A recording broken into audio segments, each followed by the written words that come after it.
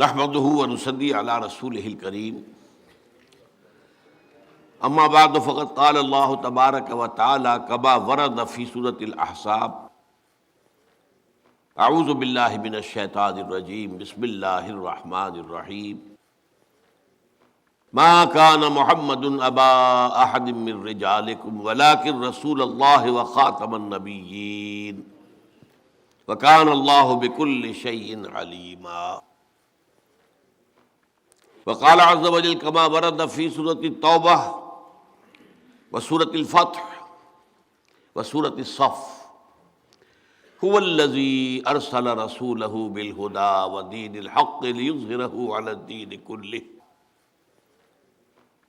وقال عز وجل كما ورد في سورة السبا وما أرسلناك إلا كافة للناس بشيرا ونذيرا وقال عز وجل كما ورد في سورة الأنبياء وما أرسلناك إلا رحمة للعالمين وقال جل وعلا كما ورد في سورة الأعراف قل يا أيها الناس إني رسول الله إليكم جميعا صدق الله العظيم رب اشرح لي صدري ويسر لي أمري واحلل عقدة من لساني يفقهوا قولي اللهم ربنا ألهمنا رشدنا واعذنا من شرور أنفسنا اللهم أرنا الحق حقا وارزقنا اتباعه وأرنا الباطل باطلا وارزقنا اجتنابه اللهم صل على عبدك ونبيك ورسولك وحبيبك وخليلك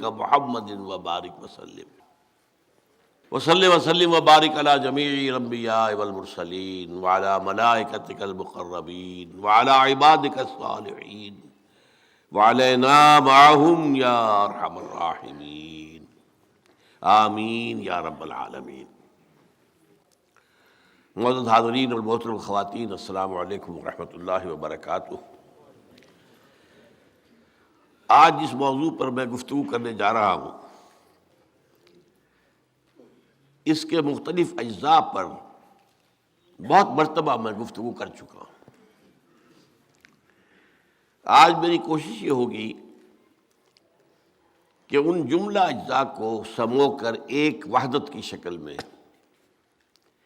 ایک مکمل مضمون صغرا کبرا سمیت اور نتائج و عواقب سمیت آپ کے سامنے آئے، اور دوسری کوشش یہ ہوگی کہ میں اپنی عادت کے برعکس کوشش کروں کہ کوئی رنگ خطابت پیدا نہ ہو، بلکہ دھیمے انداز میں دو اور دو چار کی طرح سے بات کر کے آپ کے سامنے کچھ باتیں رکھوں تاکہ وہ ذہن نشین بھی ہو اور آپ بھی انہیں گنتی کے طور پر پھر یاد کر سکیں۔ چنانچہ میں نے ایک سینوپسس سا تیار بھی کیا ہے آج اس کی گفتگو کے لیے، اگرچہ میں نہیں کہہ سکتا، ہو سکتا ہے بعد میں میری عادت عود کر آئے، عادت کے معنی عود کرنے والی شے کے ہیں، ایک ہی مادہ ہے۔ بہرحال آپ دعا کریں کہ جو میں نے دو فیصلے کیے ہیں اللہ تعالیٰ مجھے ان کو پورا کرنے کی توفیق عطا فرمائے۔ دیکھیے، نبی اکرم صلی اللہ علیہ وسلم پر نبوت کا خاتمہ اور اختتام یہ ہمارے ایمان کا جزو لا ینفک ہے، اسے ایمان سے علیحدہ نہیں کیا جا سکتا۔ امت مسلمہ کی تاسیس کی بنیاد ہے۔ لیکن اس ختم نبوت کے دو پہلو ہیں۔ ایک پہلو وہ ہے جس سے ایک بہت بڑا قانونی، فقہی، شرعی حکم ملتا ہے، فیصلہ ملتا ہے، وہ بہت اہم ہے، بہت اہم ہے، بہت اہم ہے۔ اسی لیے اس پر علماء دین نے، ہمارے اسلاف نے رحمہم اللہ بڑی کوشش صرف کی ہے، محنت صرف کی ہے، بڑی جد و جہد کے ساتھ اس نکتے کو انہوں نے خوب واضح کیا۔ دوسرا پہلو جو ہے وہ زیادہ تر کہا جا سکتا ہے علمی پہلو ہے، اور اس سے کوئی فقہی حکم مستنبط نہیں ہوتا، البتہ نبی اکرم صلی اللہ علیہ وسلم کا جو مقام اور مرتبہ ہے انبیاء اور رسل میں، اس کی اصل اساس واضح ہوتی ہے، آپ کی فضیلت کی بنیاد کیا ہے یہ معلوم ہوتا ہے۔ تو اس اعتبار سے تو اہم تر بات ہو گئی، لیکن چونکہ یہ ایک علمی بات ہے، اس میں کوئی فقہی پہلو نہیں ہے، لہذا اس پر توجہ کم ہوئی ہے۔ اب آئیے وہ دو پہلو کیا ہیں۔ لفظ ختم کے اندر ہی وہ دو پہلو موجود ہیں۔ اردو میں بھی عربی میں بھی یہ لفظ دو معنی میں مستعمل ہوتا ہے۔ ایک یہ کہ کوئی شے پہلے تھی اب نہیں ہے، ختم ہو گئی، آٹا ختم ہو گیا، پیسے ختم ہو گئے، ایک چیز تھی اب نہیں ہے، اختتام یا خاتمہ ہو گیا۔ اور دوسرا پہلو یہ ہے کہ کوئی شے تدریجاً ترقی کر کے مکمل کر دی گئی۔ اس کو طالب علم کہتا ہے، اسکول کا لڑکا، میں نے اپنا کام پورا کر لیا، میں نے اپنا کام ختم کر لیا۔ آرمی میں ہوتا ہے، کسی گروپ کو کوئی خاص اسائنمنٹ دیا جائے تو اگر کامیابی ہو جائے وہیں سے فون پر وہ اپنے کمانڈر سے کہتا ہے مشن اکمپلشڈ، جو ہمارے ذمے فریضہ عائد کیا گیا تھا وہ ہم نے پورا کر دیا، ختم کر دیا۔ یہاں ختم سے مراد کیا ہے؟ تکمیل، کسی شے کا تدریجاً ترقی کرتے ہوئے اپنے نقطۂ عروج کو پہنچ جانا، کلائمیکس کو پہنچ جانا، کامل ہو جانا۔ اب دیکھیے جو پہلا پہلو ہے کہ پہلے نبوت تھی اب نہیں ہے، اس سے جو قانونی اور فقہی اور شرعی بات نکلی کہ حضور کے زمانے میں یا حضور کے بعد صلی اللہ علیہ وسلم جس کسی نے دعویٰ نبوت کیا وہ کافر، چاہے وہ بڑا موحد ہو، نمازی ہو، روزے دار ہو، تقویٰ کا ڈھونگ رچائے ہوئے ہو، عالم ہو، فلسفی ہو، کیسے باشد، جس نے دعویٰ نبوت کیا وہ کافر، ملت اسلام سے خارج، اور جس نے اس کی تصدیق کی مصدق وہ بھی گیا کافر، مرتد، واجب القتل۔ اگر اسلامی ریاست ہو اور پہلے وہ مسلمان تھے، یہ اور بات ہے، پہلے کوئی یہودی تھا اب عیسائی ہو گیا، ہمیں اس سے کوئی غرض نہیں، کوئی ہندو تھا اب عیسائی ہو گیا، ہمیں کوئی غرض نہیں، پہلے مسلمان تھا اور اب وہ غیر مسلم ہو گیا، وہ مرتد ہے، واجب القتل ہے۔ تو یہ چونکہ معاملہ جیسا کہ میں نے آپ کو بتایا بہت اہم ہے، اس پہلو پر علماء نے بہت توجہ صرف کی ہے۔ البتہ اس کے بارے میں ایک بات جان لیجئے کہ قرآن مجید میں جو اس کی دلیل ہے، اکثر و بیشتر علماء صرف ایک آیت دلیل پیش کرتے ہیں، میں آج اس کی ساتھ ایک دوسری دلیل بھی آپ کے سامنے لاؤں گا۔ آپ نے ختم نبوت کے موضوع پر خطبے سنے ہوں، تقریریں سنی ہوں، جمعوں میں خطاب سنے ہوں، آیت وہ ایک ہی ہے، ما کان محمد ابا احد من رجالکم ولکن رسول اللہ وخاتم النبیین۔ محمد صلی اللہ علیہ وسلم اے مسلمانوں تم میں سے کسی مرد کے باپ نہیں ہے،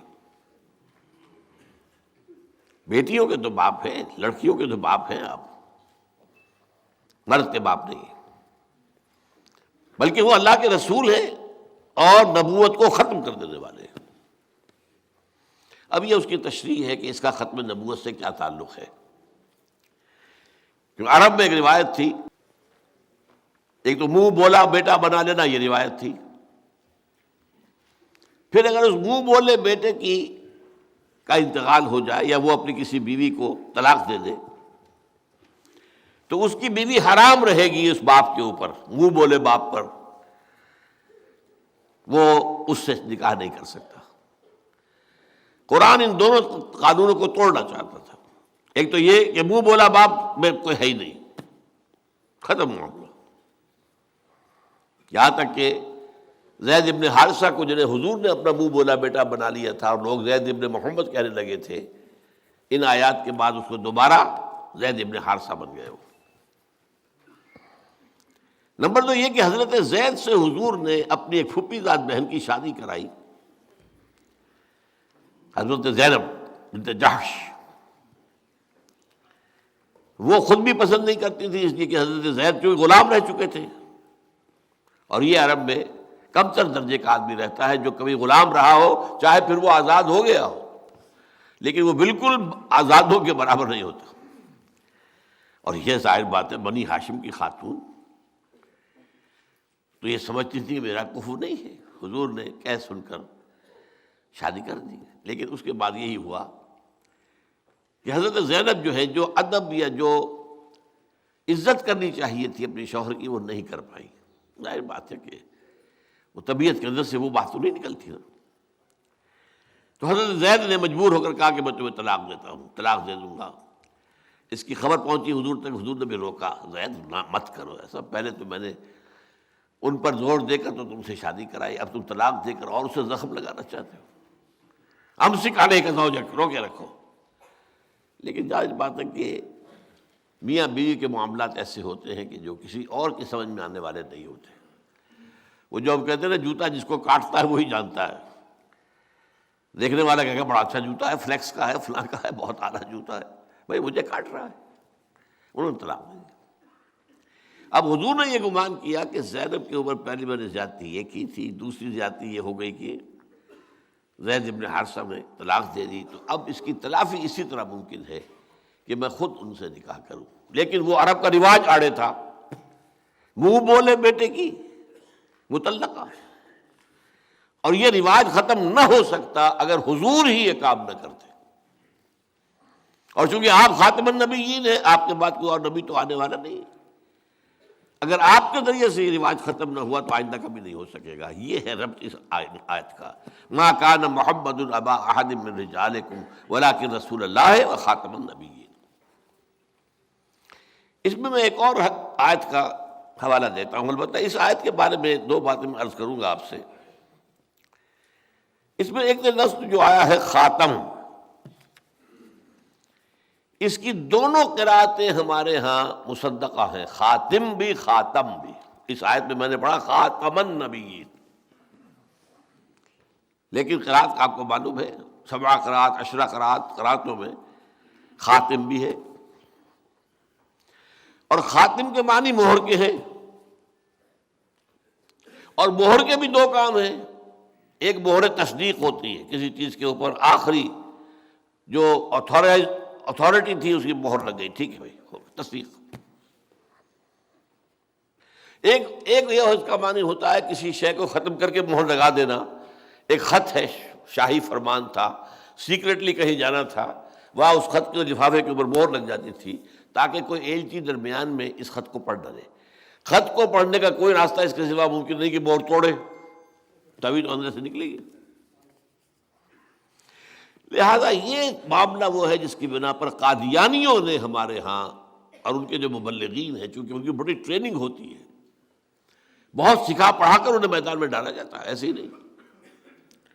تو ہمارے ہاں اچھے اچھے لوگوں کو وہ ان بحثوں میں الجھا کر اور اس معاملے کو ان کے لیے قابل قبول بنا دیتے ہیں۔ نبیوں کی مہر ہے، بس جو بھی نبی آئے گا آپ کی مہر سے آئے گا، یہ مطلب ہے اس حوالے سے۔ لیکن میں ایک دوسری آیت آپ کے سامنے پیش کر رہا ہوں، عام طور پر یہ پیش نہیں ہوتی، کم سے کم میرے علم میں نہیں ہے۔ یہ سورہ آل عمران کی آیت نمبر 81 ہے۔ وَإِذْ أَخَذَ اللَّهُ مِيثَاقَ النَّبِيِّينَ لَمَا آتَيْتُكُم مِّن كِتَابٍ وَحِكْمَةٍ ثُمَّ جَاءَكُمْ رَسُولٌ مُّصَدِّقٌ لِّمَا مَعَكُمْ لَتُؤْمِنُنَّ بِهِ وَلَتَنصُرُنَّهُ۔ یاد کرو جب کہ اللہ تعالیٰ نے کہا تھا، تمام انبیاء سے میثاق لیا تھا، ایک میثاق النبیین، ایک میثاق ہے وہ ہماری ارواح جو کر کے آئیں، الست بربکم قالوا بلی۔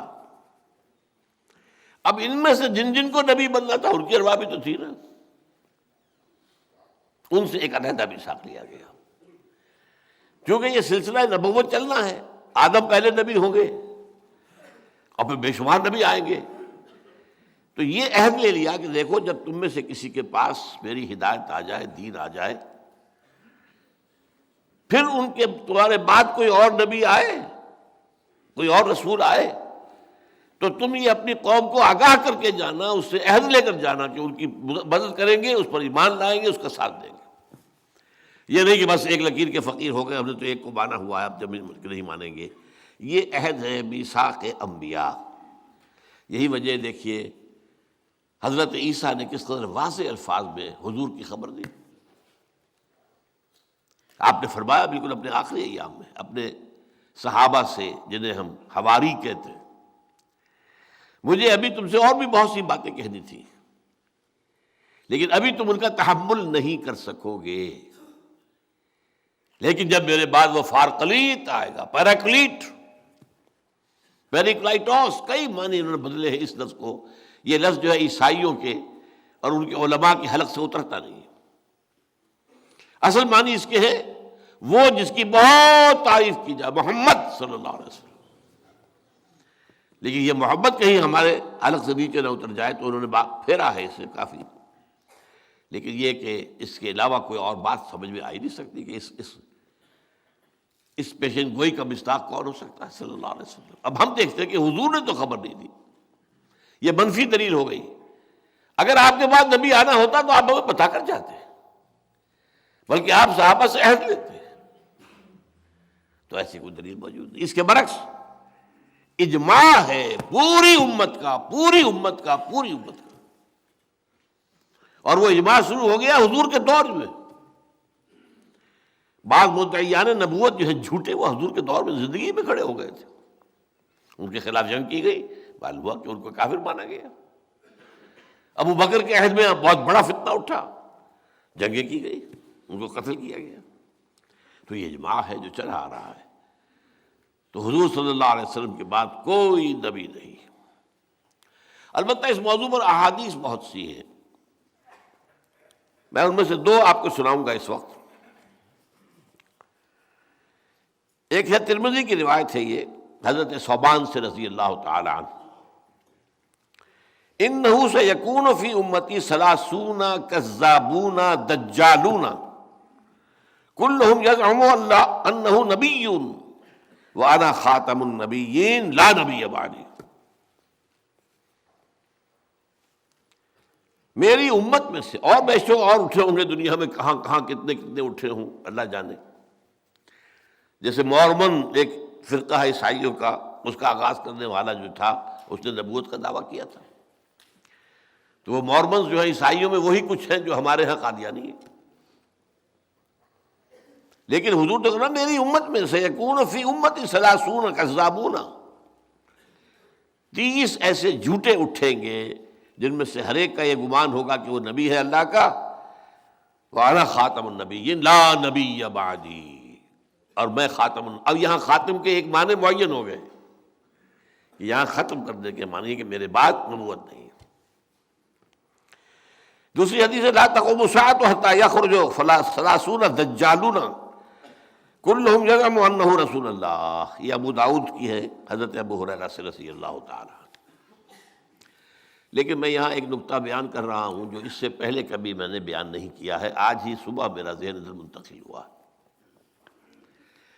ہمارے علماء کرام کا سب سے زیادہ زور جو ہوتا ہے ان احادیث پر ہوتا ہے بیان کرنے پر، لیکن بدقسمتی سے سر سید احمد خان کے زمانے سے، اور یہ کون ہے؟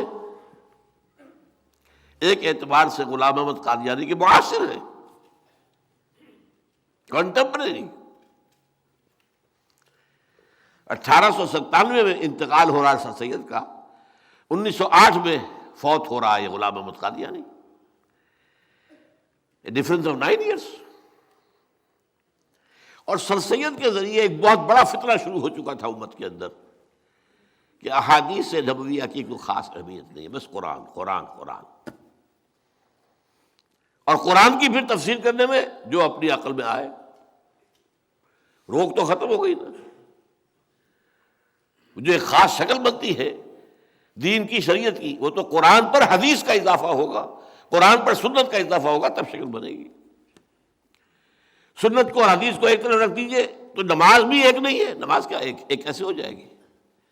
کہاں قرآن میں لکھا ہے 5 نمازیں ایک جگہ؟ کہاں ان کے اوقات دیے گئے ہیں؟ کہاں بتایا گیا کہ ظہر کی 4 رکعتیں فرض ہے، عصر کی 4 ہے، فجر کی 2 ہے، اور یہ مغرب کی 3 ہے؟ کہاں ہے؟ سنتوں میں اتنا فرق کہ فجر کی سنتیں تو واجب کے درجے میں ہیں، باقی کچھ سنتیں مؤکد ہوتی ہیں کچھ غیر مؤکد. یہ سارا نظام کس نے دیا؟ تو میں نے چھوٹی مثال دی آپ کو. نماز کا نظام قائم نہیں ہو سکتا حدیث و سنت کے بغیر، تو دین کا نظام کیسے بن جائے گا؟ لہذا دین کے خلاف یہ بہت بڑی بغاوت تھی. لیکن یہاں ایک بات نوٹ کر دی، سید احمد خان مسلمانوں کے بہت مخلص تھے، مسلمانوں کے ساتھ خلوص، ان کی بہتری. انگریزی دور کے بعد اب جو مسلمانوں کا معاملہ ہو رہا تھا اس کے اندر وہ بہت بےتاب رہتے تھے، مضطرب رہتے تھے.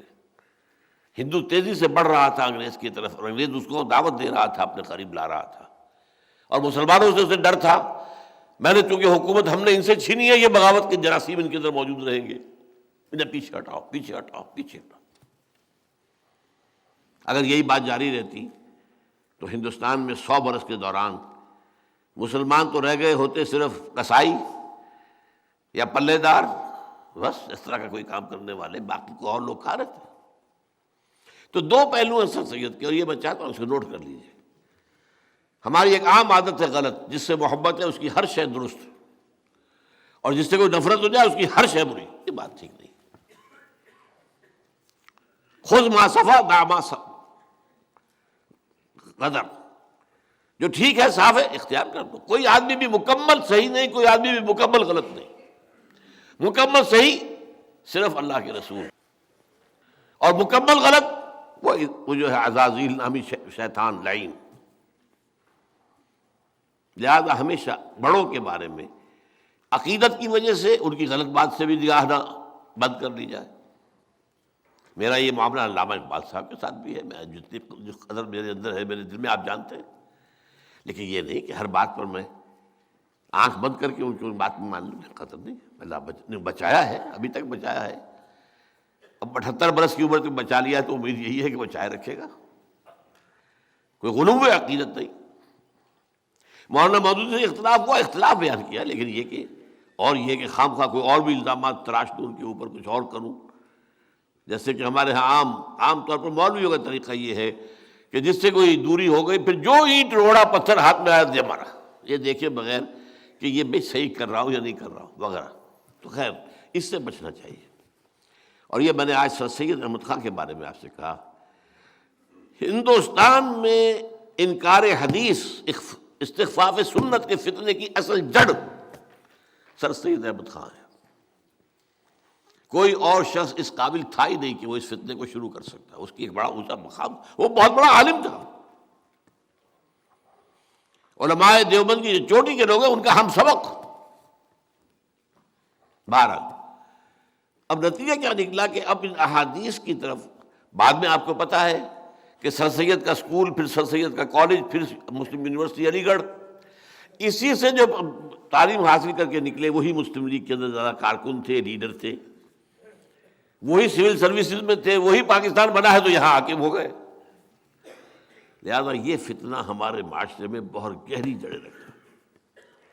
یہ تو جو بعد میں نتائج نکلے وہ تو اور ہیں، لیکن اس سے پہلے جو نتیجہ نکلا وہ یہ ہے کہ جب غلام احمد قادیانی نے احادیث نبویہ کی نفی کرنی شروع کی تو اس پر کوئی خاص جو ہے عام مسلمان، پڑھے لکھے مسلمان، جدید تعلیم یافتہ مسلمانوں کے اندر اس کا کوئی رد عمل پیدا نہیں ہوا. اور تیسری بات یہ ہوئی کہ انبیاء کرام میں جو مقام حضور کا تھا صلی اللہ علیہ وسلم، جو مرتبہ تھا آپ کا، جس کی وجہ سے آپ سید الانبیاء والمرسلین ہیں، اس کا جو عقلی پہلو تھا وہ علماء نے بیان نہیں کیا. یہ کمی رہ گئی. حالانکہ جو ہے کسی شے کا مقابلہ اس میدان میں جا کر کرنا ہوتا ہے. وہ قرآن مجید کی آیت کے بارے میں اس نے پیدا کر دیا ایک ختم کے لفظ سے، خاتم، مہر، انگوٹھی، یہ وہ جو ایک بے یقینی کی کیفیت پیدا کر دی. اب اس کا جواب بھی قرآن کی وجہ سے آنا چاہیے تھا. اللہ تعالیٰ جو بات میں کہہ رہا ہوں اللہ کرے کہ یہ علماء کرام تک پہنچے بڑے پیمانے تک، اور اس پر توجہ کریں تاکہ یہ دلیل جو ہے سامنے آئے تو حضور کا جو مقام مرتبہ ہے وہ صحیح طور پر متعین ہوتا ہے.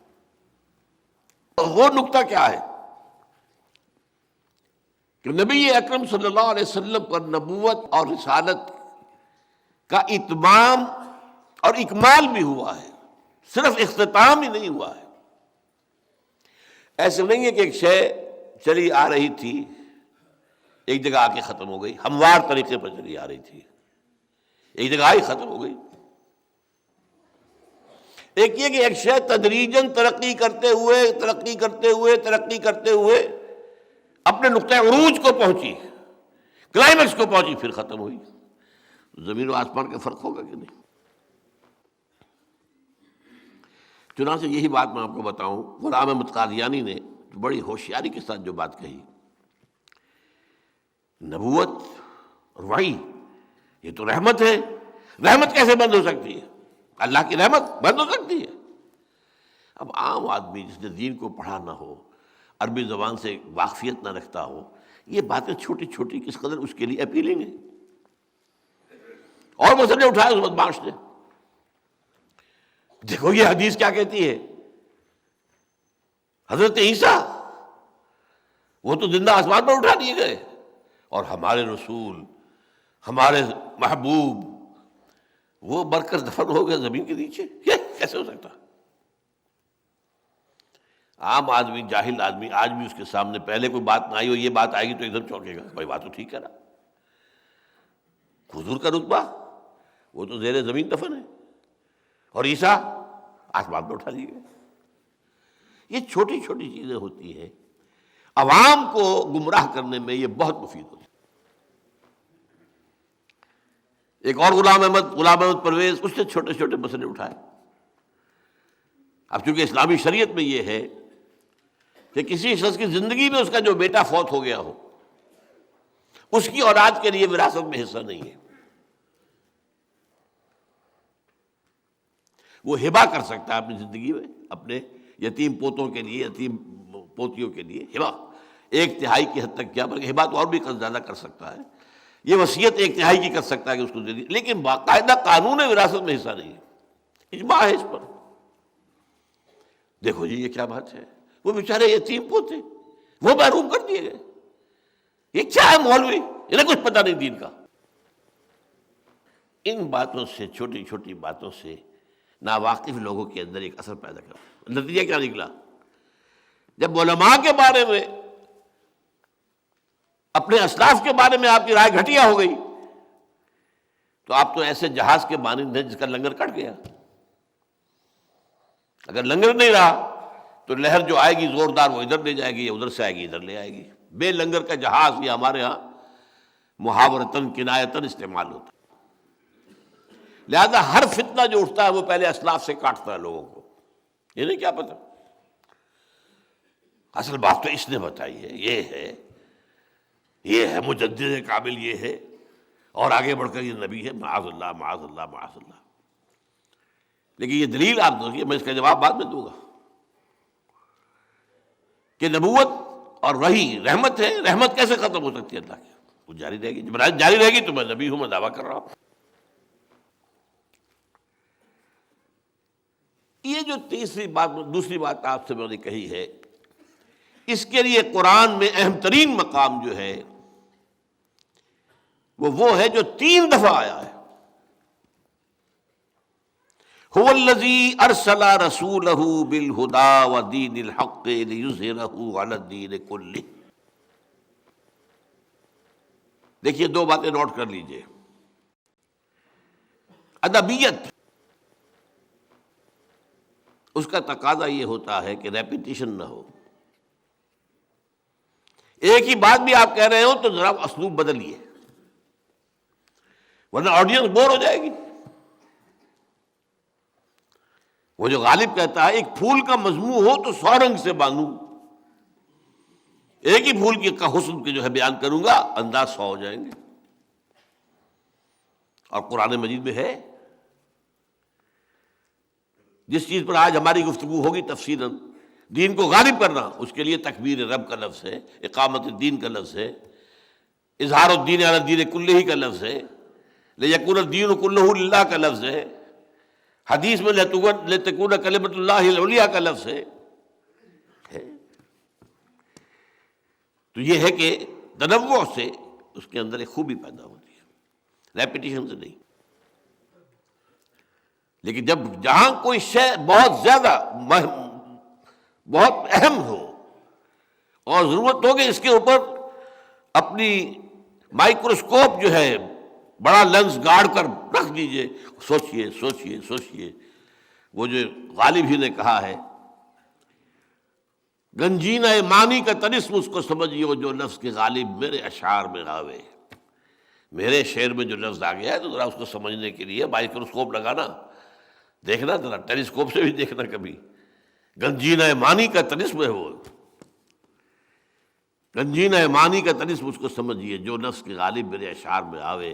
اہم ترین مضمون جو ہے قرآن مجید میں ریپیٹ ہو کر آئے ہیں، لیکن وہاں بھی یہ ہے کمال کہ مجال نہیں ہے جس میں کہیں مونوٹنی کی وجہ سے کوئی ایسا بورنگ انداز پیدا ہو جائے. معاذ اللہ، اللہ کا کلام. اب یہ الفاظ قرآن میں 3 جگہ ایگزیکٹلی، هو الذی ارسل رسولہ بالہدی ودین الحق لیظہرہ علی الدین کلہ. وہی ہے اللہ جس نے بھیجا اپنے رسول کو، اٹھایا اپنے رسول کو، بھیجا اپنے رسول محمد کو صلی اللہ علیہ وسلم بالہدا، الہدا قرآن حکیم دے کر، ودین الحق، اور دین حق دے کر، تاکہ غالب کرے اسے پورے کے پورے دین پر. یہ الفاظ 3 دفعہ حضور کے لیے، سورہ صف، سورہ فتح، سورہ توبہ. صف اور توبہ میں تو ایک ہی لفظ آخر میں بھی وَلَوْ كَرِهَ الْمُشْرِكُونَ، چاہے مشرکوں کو کتنا ہی ناگوار. لیکن یہ مشن ہے، وہی جو میں کہہ رہا تھا، مشن اکمپلشڈ. یہ مشن ہے جو محمد کو دیا گیا ہے. دین کی صرف تبلیغ نہیں کرنی، دین کو قائم کرنا ہے. There is a world of difference between the two. تبلیغ کر دی، ٹھیک ہے، وَمَا عَلَيْنَا إِلَّا الْبَلَاغُ، ہم نے پہنچا دیا، اب تم جانو، تمہارا کام جانے، تمہارا رب جانے. بھائی مجھے تو قائم کرنا ہے. یہ قائم کرنا، یہ تو یوں سمجھیے کہ بعد المشرقین ہے، بہت فاصلہ ہے. دا عشق تاب صبوری 1000% گشت. دوسری بات، کسی دوسرے رسول اور نبی کے لیے یہ لفظ نہیں آئے. اس سے پہلے میں بیان کر چکا ہوں نا، کچھ حیثیتیں مشترک ہیں. تمام انبیاء نذیر بھی تھے، تمام انبیاء بشیر بھی تھے، تمام انبیاء داعی بھی تھے، تمام انبیاء اپنی جگہ پر روشنی کا چراغ بھی تھے، تمام انبیاء شاہد تھے. حضور کے لیے بھی فرمایا، یا ایھا النبی انا ارسلناک شاہدا ومبشرا ونذیرا وداعیا الی اللہ باذنہ وسراجا منیرا. یہ چیزیں مشترک ہیں، لیکن ان میں بھی ہر ایک کا اپنا اپنا مقام ہے. حضور کا ان 5 باتوں میں جو مقام ہے وہ بھی دوسروں سے اونچا ہے، مشترک ہے، لیکن بلندی کے اعتبار سے تو اضافہ ہو سکتا ہے. یہ الفاظ کسی کے لیے نہیں آئے. ابراہیم، ویسے آپ سوچئے درود ابراہیمی ہم پڑھتے ہیں، اللہ ہمارے رسول محمد صلی اللہ علیہ وسلم کی امت پر بھی اسی طرح کی عنایتیں فرما جیسے کہ اپنے نبی ابراہیم پر کی اور ان کی اور آل پر کی. اللہ کہتا ہے واتخذ اللہ ابراہیم خلیلا. یہ 3 نسبتیں ایسی ہیں، خلت الہی اللہ ابراہیم کو مل رہی ہے. انی جاعلک للناس اماما، امامت الناس ابراہیم کو مل رہی ہے. سینکڑوں نبی ان کی نسل میں آ گئے، ابو الانبیاء. لیکن یہ لفظ نہیں ہے کہ هو الذی ارسل رسولہ بالہدی ودین الحق لیظہرہ علی الدین کلہ. 2 جگہ فرمایا وَلَوْ كَرِهَ الْمُشْرِكُونَ، ایک جگہ فرمایا وَكَفَىٰ بِاللَّهِ شَهِيدًا. یہ مشن ہے بہت بھاری، لیکن اللہ کی مدد رہے گی انشاءاللہ، اللہ کافی رہے گا مددگار کے طور پر.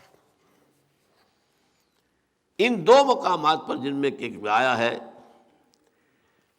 چاہے وَلَوْ كَرِهَ الْمُشْرِكُونَ، ایک بات اور نوٹ کیجئے، دونوں جگہ پر اس سے پہلے ایک آیت آئی ہے، ہم مانی ہے، صرف ایک لفظ آگے سے پیچھے کیا گیا ہے. یریدون یطفئوا نور اللہ بافواہہم. اور یریدون، اس میں فاعل کون ہے؟ کیونکہ پہلے یہودیوں کا تذکرہ ہو رہا ہے. یہ یہودی چاہتے ہیں کہ اللہ کے نور کو اپنے منہ کی پھونکوں سے بجھا دیں. پھونکوں سے یہ چراغ بجھایا نہ جائے گا. لیکن یہاں تو اللہ نے یہ نہیں کہا کہ بجھایا نہیں جائے گا، نہیں، اللہ مکمل کرے گا. بالکل برعکس، یریدون لیطفئوا نور اللہ بافواہہم واللہ متم نورہ ولو کرہ الکافرون. اور سورہ توبہ میں یریدون ان یطفئوا، صرف ان اور لام کا فرق ہے، ان یطفئوا نور اللہ بافواہہم ویأبی اللہ الا ان یتم نورہ. اللہ کو ہرگز منظور نہیں ہے مگر یہ کہ وہ اپنے نور کا اتمام فرمائے. وَلَوْ كَرِهَ الْكَافِرُونَ هُوَ الَّذِي أَرْسَلَ رَسُولَهُ بِالْهُدَى وَدِينِ الْحَقِّ لِيُظْهِرَهُ عَلَى الدِّينِ كُلِّهِ وَلَوْ كَرِهَ الْمُشْرِكُونَ. اس آیت کی اہمیت کو آپ سمجھیے جو 3 مرتبہ اس طرح آ رہی ہے دہرا دہرا. شاہ ولی اللہ دہلوی رحمۃ اللہ علیہ، میں اپنے اسلاف میں سے عظیم ترین جامع ترین شخصیت شاہ ولی اللہ کو سمجھتا ہوں. دوسرے 2 اور کون ہیں؟ امام غزالی، امام ابن تیمیہ. لیکن میرے نزدیک شاہ ولی اللہ از ایکول ٹو امام غزالی پلس امام ابن تیمیہ. ان کا کہنا یہ ہے کہ یہ آیت پورے قرآن مجید کا عمود ہے، عمود، ایکسس آف دی ہول قرآن. آپ کہتے ہیں کسی کی بات سمجھنے کے لیے پہلے اس کی مراد سمجھو کیا ہے، مرکزی بات کیا ہے جو کہنا چاہتا ہے. ہوتا ہے ایک خطبہ ہوتا ہے، خطبے میں بات ایک ہی منوانی ہوتی ہے آڈینس سے، لیکن اس کی دائیں بائیں آگے پیچھے بہت سی چیزیں ڈسکس ہوتی ہیں، لیکن ایک مین چیز ہوگی. وہ مین چیز شاہ ولی اللہ کے نزدیک قرآن میں یہ آیت ہے، هو الذی ارسل رسولہ بالہدی ودین الحق لیظہرہ علی الدین کلہ. اور میں بھی اپنی حقیر سی رائے پیش کر رہا ہوں،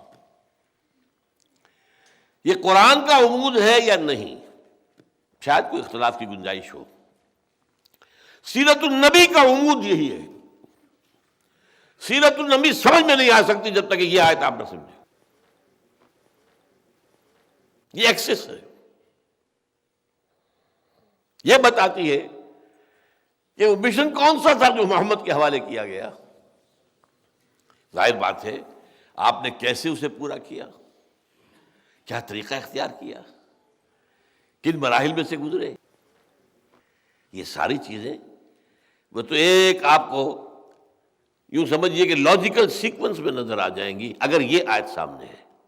اگر یہ آیت سامنے نہیں ہے تو آپ کہیں گے بڑی عجیب بات ہے. مکے میں تو کہہ رکھا تھا کہ چاہے تمہارے ٹکڑے کر دے، ہاتھ میں نہ لگا، اٹھاؤ، تم جواب دے کارروائی نہیں کر سکتے. یہاں آ کے اب لڑائی شروع کر دی.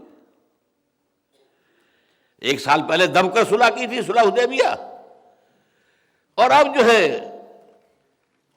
قریش کا جو سردار ہے ابو سفیان آیا ہے تو بات بھی نہیں سن رہے اس کی. اسی سٹیج سے میں نے ایک صاحب کو، اب تو بہت بڑا نام ان کا ہو گیا ہے، ہندوستان کی حکومت کے چہیتے ہیں، RSS کے، BJP کے بہت آنکھوں کا نور ہے، مولانا وحید الدین خان. انہوں نے یہیں پر کھڑے ہو کر بیٹھ کر تقریر کی تھی، مسلسل 1 گھنٹہ.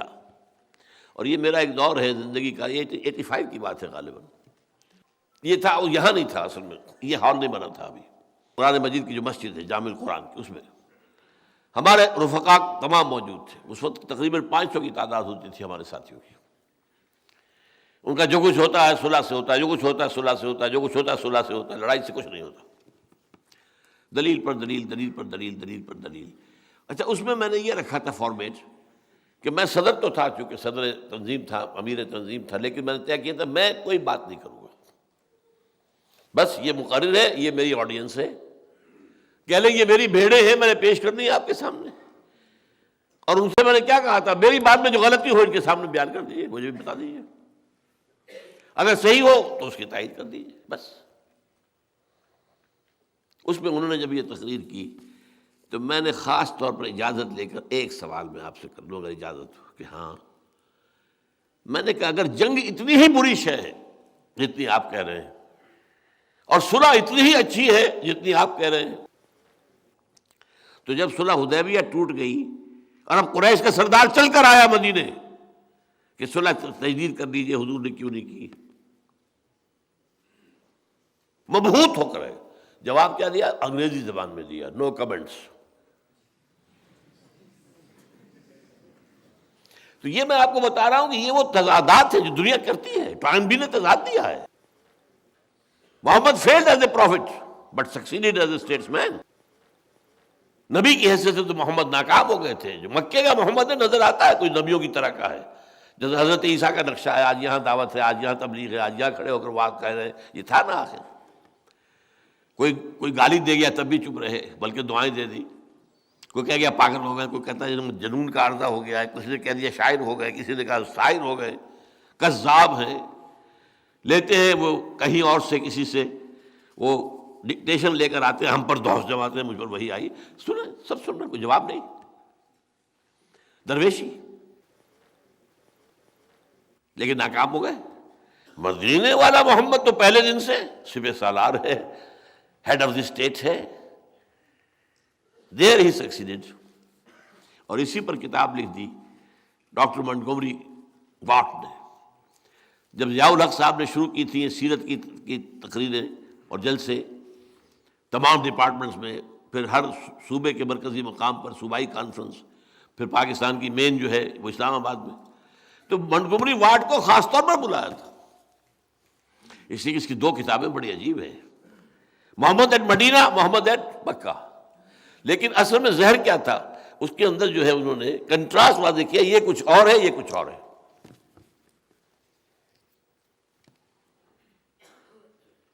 ان چیزوں کو اگر رفع کیا جا سکتا ہے صرف اس آیت کے حوالے سے، اگر محض تبلیغ مقصود ہوتی تو ایک ہی طرز عمل ہوتا، day one to the day last.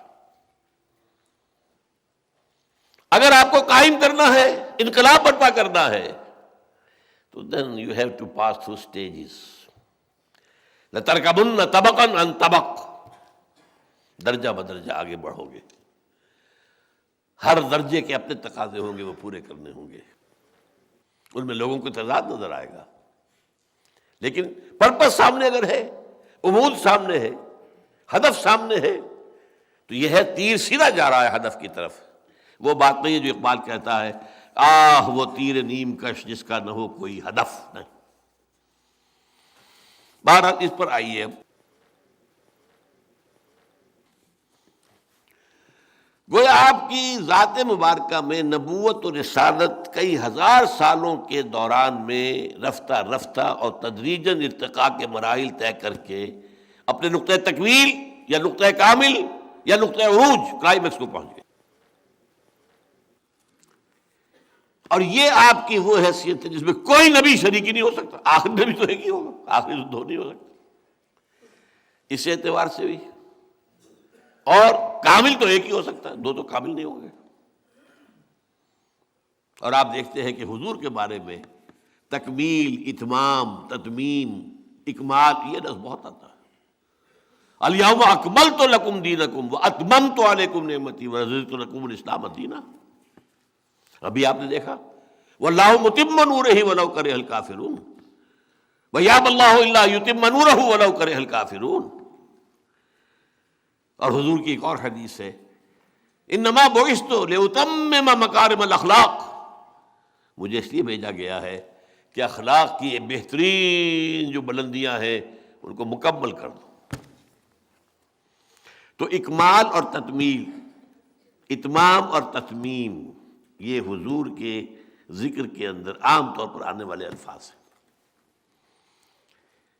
اس کے ضمن میں جو حدیث ہے اب وہ میں آپ کو سنانا چاہتا ہوں۔ حدیث کے اندر بھی اس تکمیل کے لیے بھی ایک حدیث موجود ہے، اور یہ حدیث جو ہے یہ بخاری اور مسلم کی ہے، متفق علیہ، راوی ہیں حضرت ابو ہریرہ۔ عن ابی ہریرہ رضی اللہ عنہ قال قال رسول اللہ صلی اللہ علیہ وسلم مثلی و مثل الانبیاء کا مثل القصر۔ آپ نے فرمایا میری اور سابقہ انبیاء اور رسول کی مثال ایک محل کسی ہے، احسن بنیانہ، اس کی عمارت بڑی عمدہ، بہت خوبصورت، ریلا زیب، ریلاویز، وترک منہا موضع لبنۃ، لیکن ایک جگہ پر ایک خلا سا چھوڑ دیا گیا، کچھ اینٹوں کا جگہ خالی، فطاف بہ النزار، نزار نظر سے، دیکھنے والے سیاح آتے تھے اور اس کے گرد گھوم کے وہ دیکھتے تھے عمارت کو، فَيَتَعَجَّبُونَ مِنْ حُسْنِ بُنْيَانِهِ، اور بہت متعجب ہوتے تھے کس قدر خوبصورت عمارت ہے، کوئی عالیشان قصر بنایا ہے، الا موضع تلک اللبنہ، لیکن یہ کیا ہے یہاں پر، یہ کمی، یہ خلا، یہ کاہے کے لیے؟ فَكُنْتُ أَنَا صَدَدْتُ موضع اللبنہ، دیکھو پھر میں ہوں وہ جس نے آ کر اس رکھنے کو پورا کر دیا ہے، ختم بی البنیان، میرے ذریعے سے یہ عبارت نبوت اور رسالت کی مکمل کر دی گئی ہے، وختم بہ الرسل، اور میرے ذریعے سے رسولوں کا سلسلہ ختم ہو گیا ہے، وَأَنَا اللَّوْنَةُ وَأَنَا خَاتِمُ النَّبِيِّينَ، میں ہوں وہ اینٹ جس کی کمی تھی، میں آ گیا اور عمارت مکمل ہو گئی۔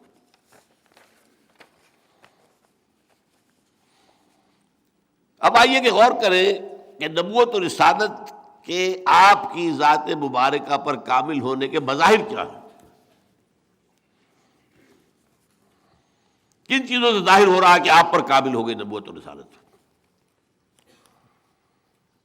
اسی لیے اسی آیت کے اوپر سب سے پہلے میں توجہ دوں گا، 3 مظہر وہ ہیں حضور پر تکمیل نبوت اور رسالت کی جو اس ایک آیت میں ہے۔ 2 مظہر نبوت کی تکمیل، ایک مظہر رسالت کی تکمیل، اور رسالت کی تکمیل کا ایک اور اضافی مظہر دوسرے مقامات پر ہے جس سے میں نے لیا ہے، وہ اب میں بیان کرتا ہوں۔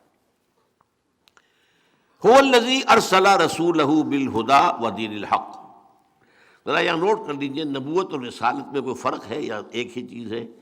یہ ایک مسئلہ ہے بڑا مشکل پیچیدہ، اس وقت میں اس پر نہیں جاؤں گا۔ نبی کون ہوتا ہے، رسول کون ہوتا ہے، علمی مسئلہ ہے، میری بات ہے، میرا موقف ہے، میں نے بیان بھی کیا ہے اپنے دروس میں، اس وقت نہیں جاؤں گا۔ لیکن اگر ایک ہی شخص نبی بھی ہے رسول بھی ہے، بے شمار انبیاء ہیں جو رسول نہیں ہیں، آپ کو معلوم ہے 1.25 لاکھ نبی اور رسول 313،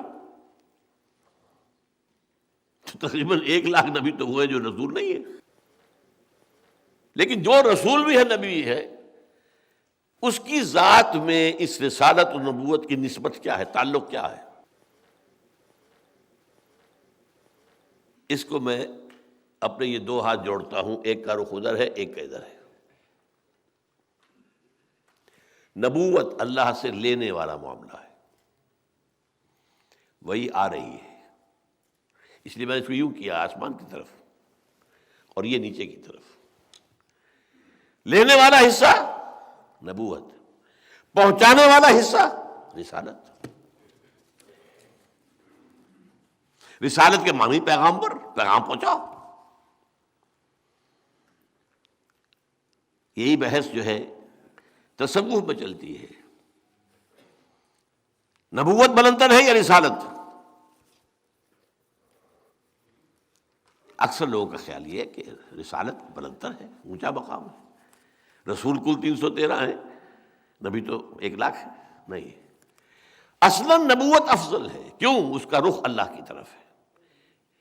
یہ ہے جو امام رومی کہتے ہیں، مولانا روم، نبوت کا رخ اللہ کے، یہ اینٹینا ادھر سے ہے، اور ادھر جاؤ، اذهب الى فرعون انه طغى، یہ نزول کے مقام پر ہے۔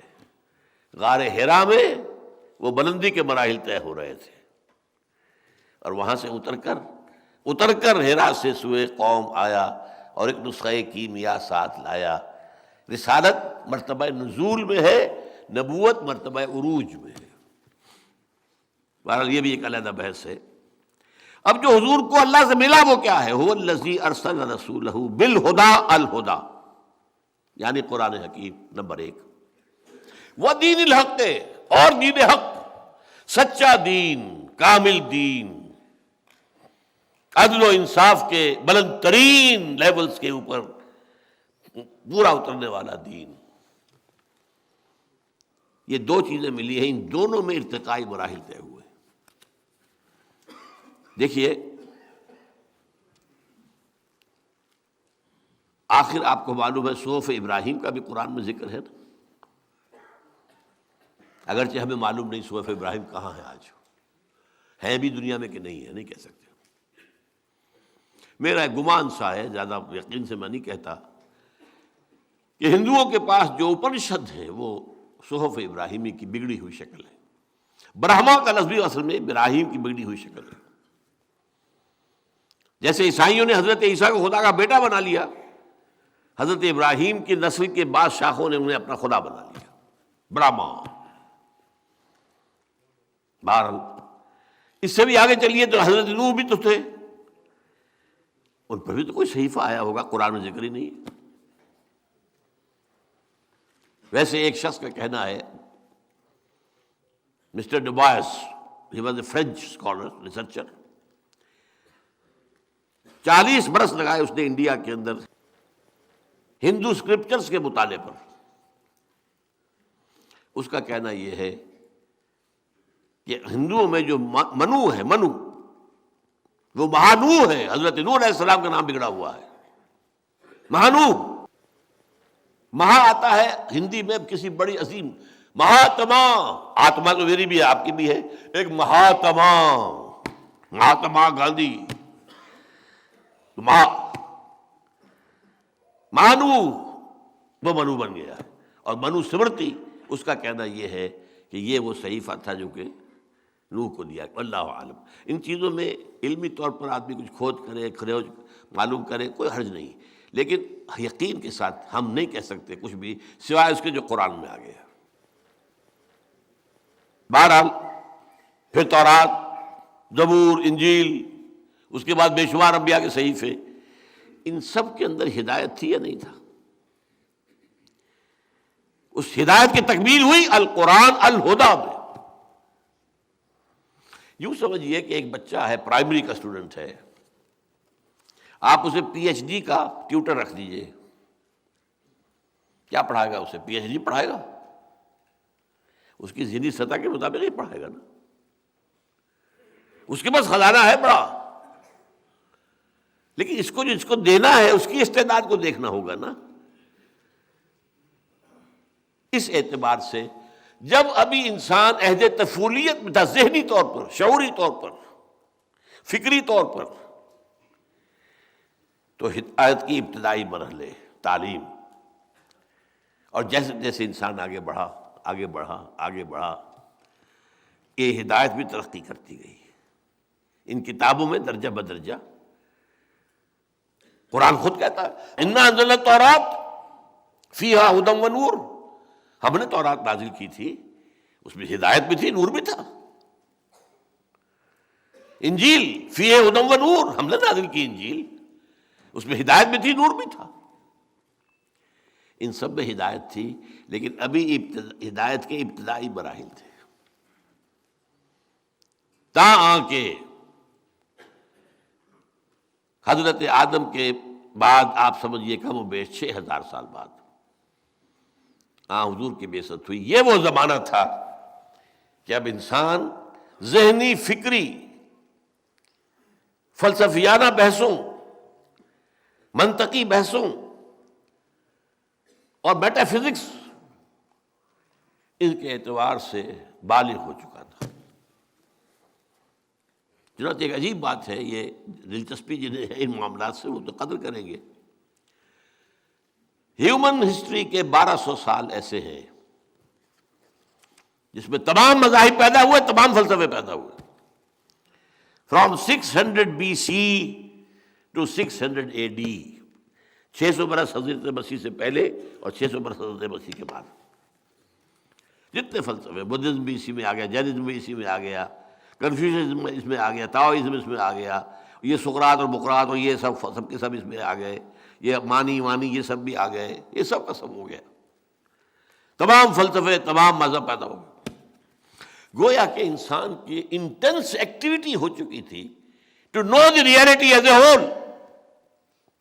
ایک تو قدم بقدم ہم چل رہے تھے نا، وہ تھا ہمارا فزیکل نالج، قدم بقدم قدم بقدم قدم بقدم۔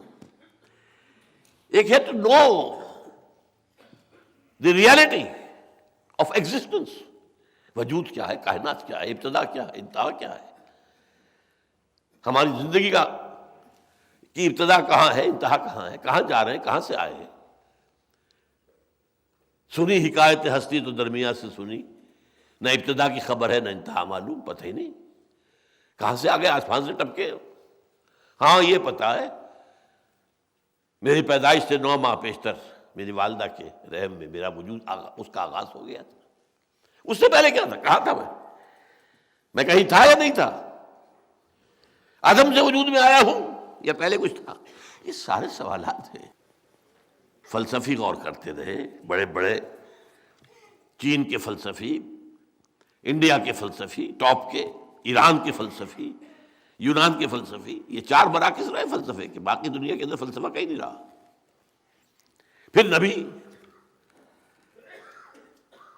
لیکن ان 1200 سالوں کے دوران آ کر انسانی ذہن فلسفیانہ منطقی اعتبار سے اپنے عروج کو پہنچ گیا۔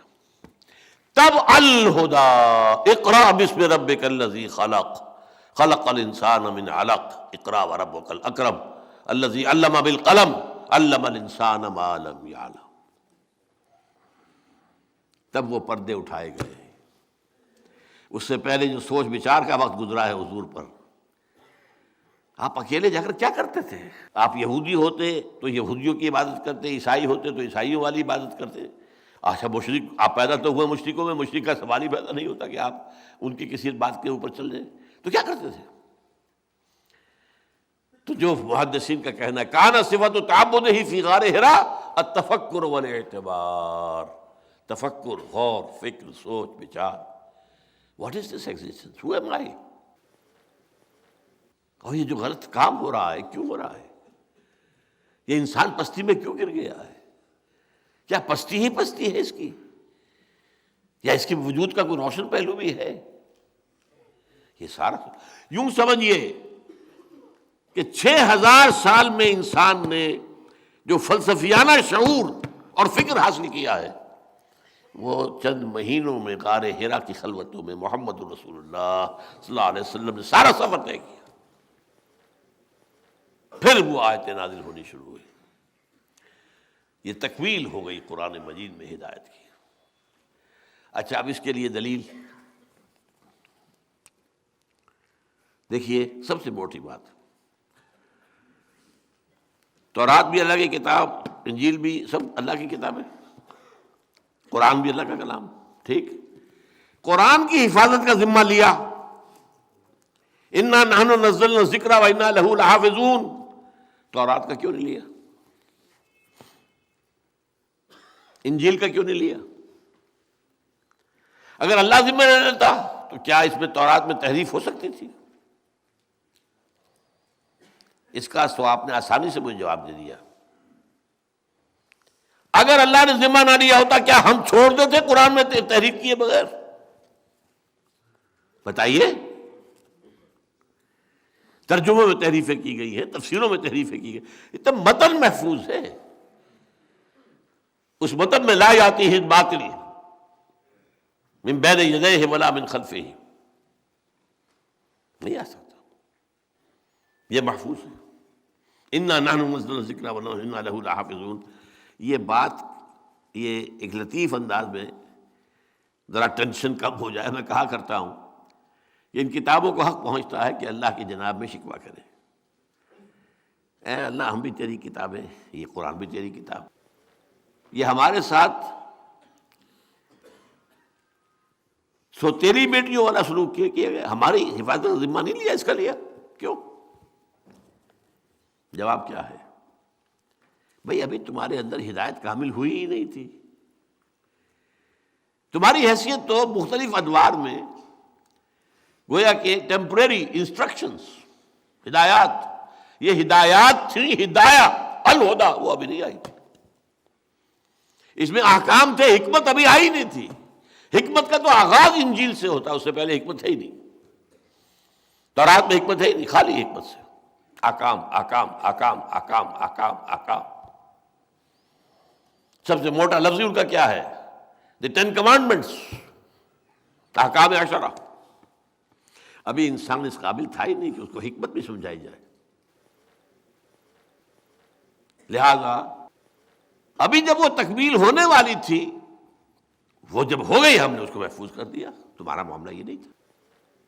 یہ ہے وہ بات جو میں نے ایک دفعہ ایک قادیانی نوجوان سے میری بات ہوئی.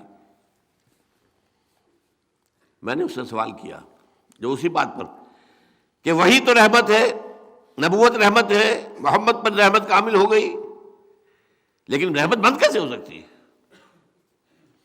میں نے کہا کیا تم یہ مانتے ہو کہ قرآن میں ہدایت کامل ہو گئی؟ جی بالکل بالکل بالکل مانتے. نمبر 2 مجھے یہ بتاؤ تمہارے خیال میں قرآن محفوظ ہے یا اس میں تحریف ہو گئی؟ نہیں نہیں نہیں محفوظ ہے. تو پھر مزید ہدایت کی گنجائش بتاؤ مجھے کہاں سے نکلے گی؟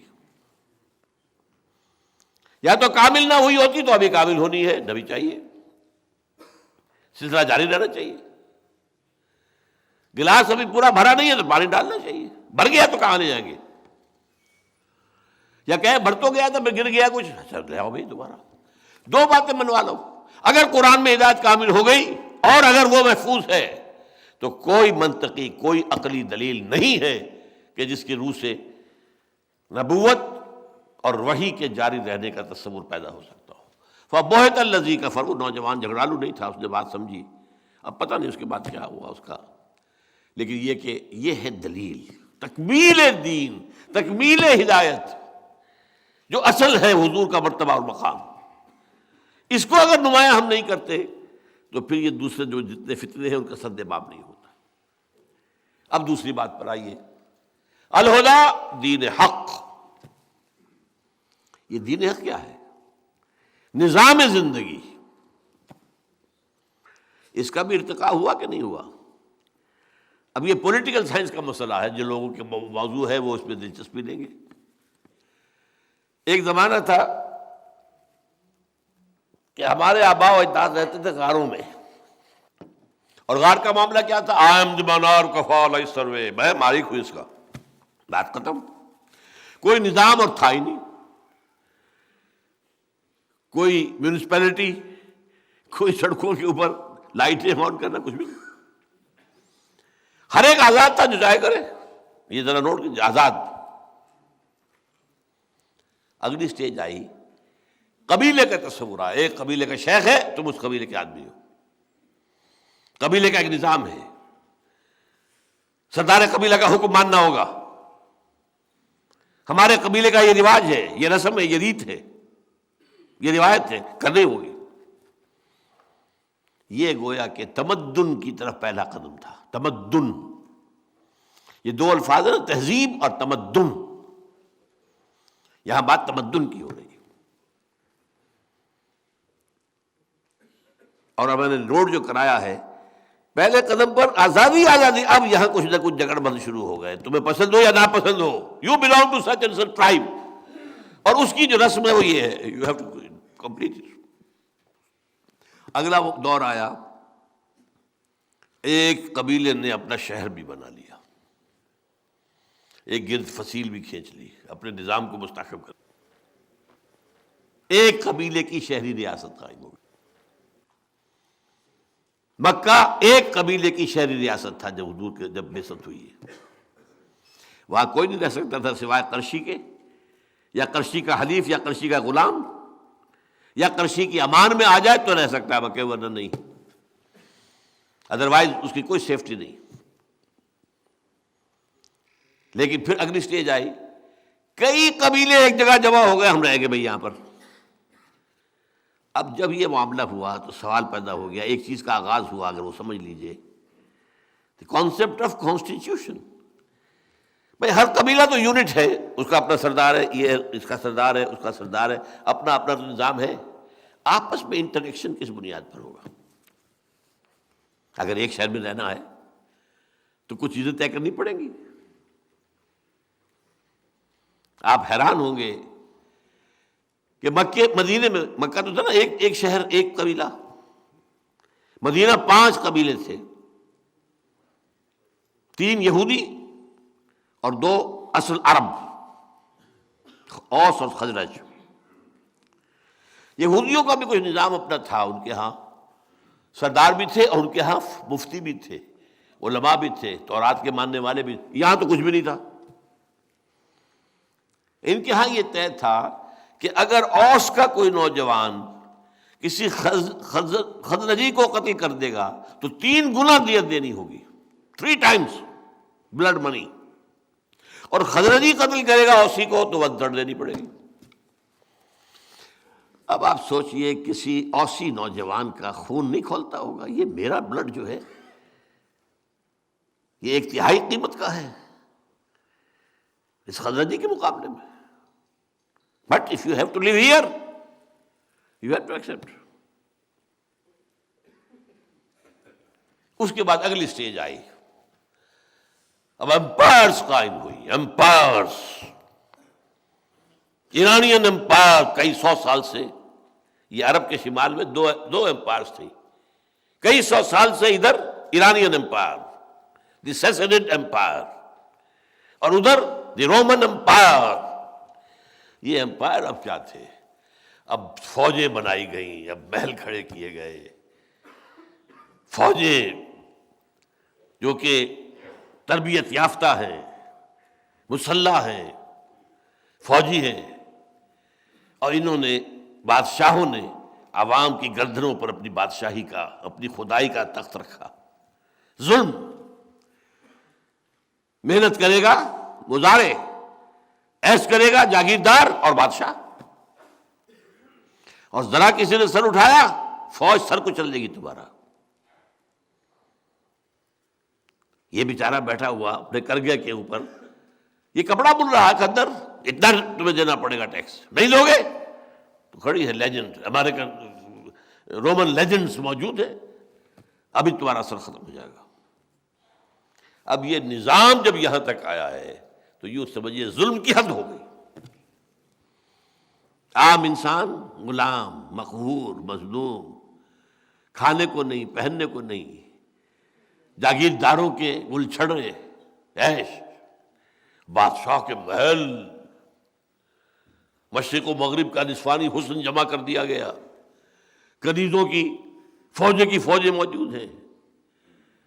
یہ ہے وہ وقت جب کہ یوں سمجھیے کہ نظام کی سختی جکڑ بندی اپنی انتہا کو پہنچ گئی۔ کہیں کسی کسانوں نے ریوولٹ کی ختم کر دی گئی، کہیں کسی اور نے ریوولٹ کی ختم کر دی گئی، اول تو اٹھنا مشکل ہوتا تھا۔ یہ وقت تھا جب کہ اب محمد الرسول اللہ آئے صلی اللہ علیہ وسلم۔ اور ایک بات نوٹ کیجئے خدا کے لیے، اس کے بعد سے لے کے آج تک انسان کی اصل ضرورت ایک عادلانہ نظام ہے۔ اس نظام میں ہم جکڑے ہوئے۔ آج کا نظام کیا ہے؟ جو آپ کی حکومت طے کر دے گی نصاب وہ پڑھایا جائے گا، آپ تو مجبور ہیں، you wash your hands of your son, آپ داخل کر دیجیے، اس کے بعد آپ کے ہاتھ میں کیا ہے؟ وہ تو جو پڑھائیں گے وہ پڑھے گا۔ کون بنائے گے ان کے کریکلم؟ کون بنائیں گے ان کے کون نصاب بنائیں گے؟ اب جو دھویا جا رہا ہے ہمارے نصاب کو تقریباً پورے عالم اسلام میں، سب سے بڑھ کر سعودی عرب میں، اسلام کی باتیں نکالو، اور یہ تحریک پاکستان نکالو تم اپنے کورسز سے، ریڈ ہسٹری ایز ہسٹری، نہیں کسی آئیڈیالوجی کے حوالے سے مت پڑھو۔ یہ سارا اب کیا کریں ہم؟ کہاں لے جائیں بچوں کو؟ غاروں میں مت کر دیں۔ آپ اپنے گھر میں ٹیلی ویژن نہیں لائیں گے، بچہ کہیں باہر جا کے دیکھے گا، پٹواڑی کی دکان پر دیکھے گا، دودھ والے کی دکان پر دیکھے گا، پڑوسی کے گھر چلا جائے گا۔ یو کانٹ ڈو اینی تھنگ۔ مجبوری جب تک نظام نہ بدلو۔ جو شاہ ولی اللہ دہلوی کہتے ہیں، جس نظام میں تقسیم دولت کا نظام غلط ہو جائے، نتیجہ کیا نکلتا ہے؟ ایک طرف دولت کے انبار ہیں، گلچھرے ہیں، عیاشیاں ہیں، عیش ہیں، بلٹ پروف گاڑیاں ہیں، محل ہیں، اور ایک طرف بھوک ہے، فاقہ ہے۔ اور بڑا پیارا لفظ استعمال کیا ہے، انسان کی حیثیت بار برداری کے اونٹ سے زیادہ نہیں رہتی۔ وہ انسان رہتا ہی نہیں، صبح سے شام تک کمر توڑ دینے والی محنت جو کر رہا ہے، اور پھر بھی 2 وقت کی روٹی پوری نہیں چل رہی۔ آپ توقع رکھتے ہیں کہ وہ اللہ سے ڈور لگائے گا رات کو کھڑے ہو کر؟ خود حضور نے فرمایا کاد الفقر ان یکون کفرا، فقر جو ہے وہ تو کفر تک پہنچا دیتا ہے انسان کو۔ یہ فقر نہیں ہے جو خودکشیاں کروا رہا ہے، یہ فقر ہے کہ نہیں؟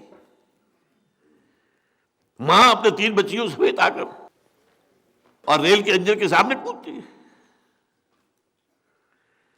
تو وہ کہتے ہیں کہ جب ایسا ہو جائے تو یہ ایک دو دھاری تلوار ہے، ایک تلوار ہے دو دھار، ادھر بھی کاٹتی ہے ادھر بھی کاٹتی ہے۔ اگر ڈسٹریبیوشن آف دی ویلتھ کا نظام غلط ہے، ایک طرف انبار ہوں گے دولت کے، نتیجہ کیا نکلے گا؟ عیاشیاں ہوں گی، بدماشیاں ہوں گی، گلچھرے ہوں گے، سب کچھ ہوگا کہ نہیں ہوگا؟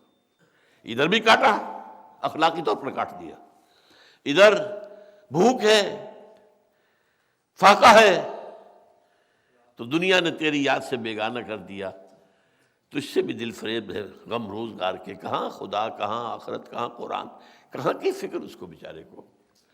وہ تو بار برداری کا اونٹ ہے، کوڑوں کا بیل ہے، نتھنگ مور دین دیٹ۔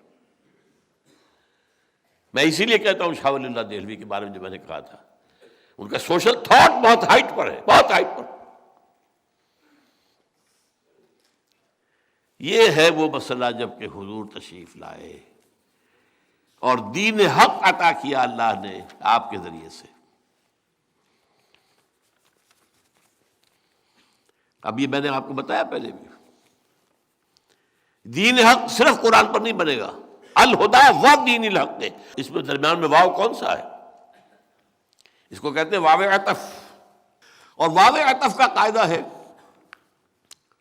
یہ معطوف اور معطوف علیہ میں مغایرت پیدا کرتا، میں اور وہ، یہ اور جو ہے تو میں اور ہوں، وہ اور ہے، اور تو دو، تو الہدا اور دین حق یہ ایک نہیں ہے، دو ہے۔ الہدا اس دین حق کی بنیاد اور اس کا ڈھانچہ اور خاکہ سارا سنت رسول سے صلی اللہ علیہ وسلم۔ میں نے بتایا آپ کو نماز کا نظام نہیں بن سکتا بغیر سنت کے اور حدیث کے، اور نظام کیا بنے گا؟ اور جنہوں نے حدیث سے امت کا رخ موڑا ہے، پھیرا ہے، میرے نزدیک بہت بڑے ظالم لوگ تھے، بہت بڑے ظالم لوگ۔ آج بھی فتنہ پھیل رہا ہے، پرویزیت ہو، مشرقیت ہو، یہ سب کیا ہے؟ ہمارے ہاں آج بھی موجود ہے جو اپنے آپ کو اہل قرآن کہتے ہیں، ہم حدیث نہیں مانتے، اہل قرآن، چکرالویت ہو۔ بہرحال اب دیکھیے یہ جو دو چیزیں دی گئیں، الہدا، دین حق، ان کے ضمن میں فرض کیا ہے حضور پر؟ الہدا پہنچاؤ، یہ پہنچانا ہے۔ یا ایھا الرسول بلغ ما انزل الیک من ربک وان لم تفعل فما بلغت رسالتہ، بڑی سخت تنبیہ ہے۔ والعبد عبد وان تعرج والرب رب وان تنزل۔ کتنے ہی اونچے چلے گئے حضور شب معراج میں، ہیں تو بندے ہی نا۔ فَأَوْحَىٰ إِلَىٰ عَبْدِهِ مَا أَوْحَىٰ۔ اللہ اے رسول پہنچا دو جو کچھ کہ ہم نے نازل کیا ہے تم پر، اور اگر تم نے کوئی کمی کی تو حق رسالت ادا نہیں ہوگا۔ اور قیامت کے دن ہم پوچھیں گے، سورہ اعراف کی 6 آیت ہے، فَلَنَسْأَلَنَّ الَّذِينَ أُرْسِلَ إِلَيْهِمْ وَلَنَسْأَلَنَّ الْمُرْسَلِينَ۔ ہم پوچھ کر رہیں گے ان سے بھی جن کی طرف ہم نے اپنے رسولوں کو بھیجا، تم تک ہمارے رسولوں کا پیغام آیا کہ نہیں؟ اور ہم پوچھیں گے ان سے بھی جن رسول بنا کر بھیجا، تم نے ہمارا پیغام پہنچا دیا تھا کہ نہیں؟ یہی وجہ ہے کہ خطبہ حجۃ الوداع میں ذرا اندازہ کیجئے کیا تشویش ہوگی ذہن میں حضور کے، جس کی وجہ سے آپ نے اینڈ میں سوال کیا ہے۔ 1.25 لاکھ کا مجموعہ ہے۔ الا هل بلغت، 3 دفعہ ایک لفظ دوہرایا آپ نے، ایک طرف دائیں طرف دیکھا، سامنے، پھر بائیں، اور تھوڑے تھوڑے فاصلے پر لوگ کھڑے ہوئے تھے، دائیں بھی بائیں بھی سامنے بھی، وہ ریپیٹ کر رہے تھے، پہنچا رہے۔ 1.25 لاکھ کا مجموعہ، آپ کو لاؤڈ اسپیکر تو تھا نہیں۔ آخری سوال، الا هل بلغت، میں نے پہنچا دیا یا نہیں؟ جواب میں، اور یہ عام عادت کے خلاف تھا، عام طور پر صحابہ ادب کی وجہ سے اول تو حضور کے سوال کا جواب دینے سے کتراتے تھے، اللہ و رسولہ عالم۔ وہ چل بولے وہ طالب علموں کی طرح نہیں تھے کہ جو استاد کو بھی پڑھانا چاہے، اللہ و رسولہ عالم۔ پھر پوچھتے تھے حضور، تب جواب دیتے۔ یہاں پہلے ہی مرحلے پر 4 جواب دیے ہیں، انا نشہد انک قد بلغت الرسالۃ وادیت الامانۃ ونصحت الامۃ وکشفت الغمۃ۔ ہاں حضور ہم گواہ ہیں، آپ نے حق رسالت ادا کر دیا، حق امانت ادا کر دیا۔ یہ قرآن ہمارے لیے اللہ نے اتارا تھا، آپ کے پاس تو امانت تھا نا، امت کی خیر خواہی کا حق ادا کر دیا اور گمراہی کے اندھیاریوں کے بادل چھانٹ دیے۔ پھر الا هل بلغت انا نشهد انك قد بلغت الرسالة واديت الامانة ونصحت الامة وكشفت الغمة۔ یہ کیوں؟ اس لیے کہ وہ آیت سامنے تھی نا، فَلَنَسْأَلَنَّ الَّذِينَ أُرْسِلَ إِلَيْهِمْ وَلَنَسْأَلَنَّ الْمُرْسَلِينَ۔ آخر رسول میں بندہ ہے، وَنَشْهَدُ أَنَّ مُحَمَّدًا عَبْدُهُ وَرَسُولُهُ، ان سے بھی تو محاسبہ ہوگا۔ اے اللہ میں نے پہنچا دیا تھا، اس لیے گواہی لے لی ہے، اے اللہ انہوں نے مان لیا تھا کہ میں نے پہنچا دیا تھا۔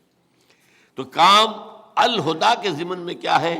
تبلیغ، اور اس کے ذریعے سے جو اضافی کام لینا ہے وہ میں اگلے لیکچر میں بیان کروں گا۔ اور دین کو تقاضا کامل ہو گیا، اسے قائم کرو، یہ صرف تبلیغ کی شے نہیں ہے، بس یہ بات سمجھ لیجئے نکتہ۔ دین محض تبلیغ کے لیے نہیں، دین کو قائم کرو، غالب کرو، قائم کر کے دکھاؤ۔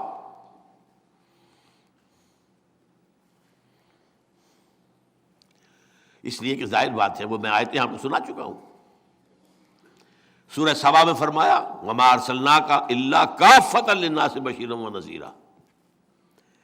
یہ تکمیل رسالت کا وہ پہلو ہے جو میں نے کہا تھا کہ جو قرآن میں اس آیت میں نہیں ہے، علیحدہ آیات۔ وہ آیت کیا ہے؟ آپ کو تمام انسانوں کے لیے بھیجا گیا، اس سے پہلے کوئی رسول نہیں بھیجا گیا۔ حضرت عیسیٰ تک کا حال یہ ہے، وہ تو اپنے حواریین کو بھی روک کر گئے ہیں کہ تمہیں جا کر جنٹائز میں تبلیغ نہیں کرنی، صرف میں تو اسرائیل کے گھرانے کی کھوئی ہوئی بھیڑوں کی تلاش میں آیا ہوں، صرف ان میں تبلیغ کروں۔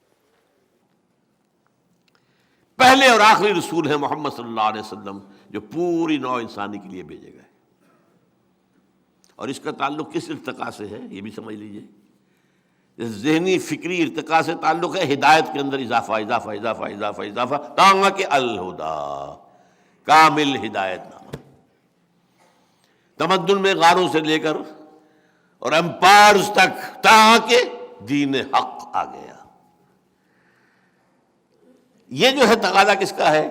یہ سائنٹیفک جو ترقی ہوئی ہے، جس کی وجہ سے حضور کے زمانے میں آ کر یہ ممکن ہوا کہ ذرائع رسل و رسائل اتنے تھے کہ ایک دعوت تمام انسانوں تک پہنچ سکتی تھی۔ آج پہنچ سکتی ہے کہ نہیں؟ میں تقریر کر رہا ہوں، آپ کا آڈیو بن رہا ہے، ویڈیو بن رہا ہے، کہیں سے کہیں پہنچ جائے گا۔ آج بھی اس وقت بھی نہ معلوم کہیں لوگ کیا کیا سن رہے ہوں، اللہ عالم، پہنچتے کہ نہیں؟ تو یہ جو ایک سوشل سائنسز، سائنٹیفک ڈیولپمنٹ ہوئی ہے، ایک ذہنی و فکری فلسفیانہ ڈیولپمنٹ، ایک تمدن کا ارتقاء اور ایک سائنسی ارتقاء، جس کی وجہ سے اب یہ گلوب کیا ہے؟ گلوبل ولیج بن گیا ہے، اب یہ ایک شہر بن گیا ہے۔ یہ ملک جو ہے، یہ دنیا سکڑ کر کیا ہو گئی ہے؟ Global village. اس لیے آپ کی رسالت ہے کہ جو پوری نوع انسانی کے لیے ہے۔ وَمَا أَرْسَلْنَاكَ إِلَّا رَحْمَةً لِلْعَالَمِينَ، سورہ انبیاء میں فرمایا۔ سورہ اعراف میں فرمایا اے نبی کہہ دیجئے یا ایھا الناس انی رسول اللہ الیکم جمیعا، میں تم سب کی طرف اللہ کا رسول ہوں۔ اور سورہ صف کے ساتھ جڑواں سورت ہے سورہ جمعہ۔ یہاں مرکزی آیت کیا ہے؟ هو الذی ارسل رسولہ بالہدی ودین الحق لیظہرہ علی الدین کلہ، علی الدین کلہ، پورا دین۔ اس میں مائنس ون مائنس ٹو نہیں ہو سکتا، ٹوٹل دین۔ یہ دین ہمارا ایک پیکج ہے، لیو اٹ اور ٹیک اٹ، لینا ہے تو پورا، ادخلوا فی السلم کافہ، دین غالب کرو پورا کا پورا، لیظہرہ علی الدین کلہ، پورے دین کو غالب کرو، پورا نظام اس کے تحت ہو، سیاسی نظام اس کے تحت ہو، معاشی نظام اس کے تحت ہو، سود کی بیخ کنی ہو، جوئے کی بیخ کنی ہو، شراب بنانا اور پیچنا اور پھر ختم کیا جائے، سیکس کو ذریعہ بنانا کمائی کا ختم کیا جائے، سیکس میں اشتعال پیدا کر کے یہ اشتہاروں ہی کے اندر عورتوں کی تصویریں دے دے کر جو ہے اس کو بھی ذریعہ بنایا جا رہا ہے۔ کیا ہے یہ؟ ان سب کے اوپر پابندی ہوگی۔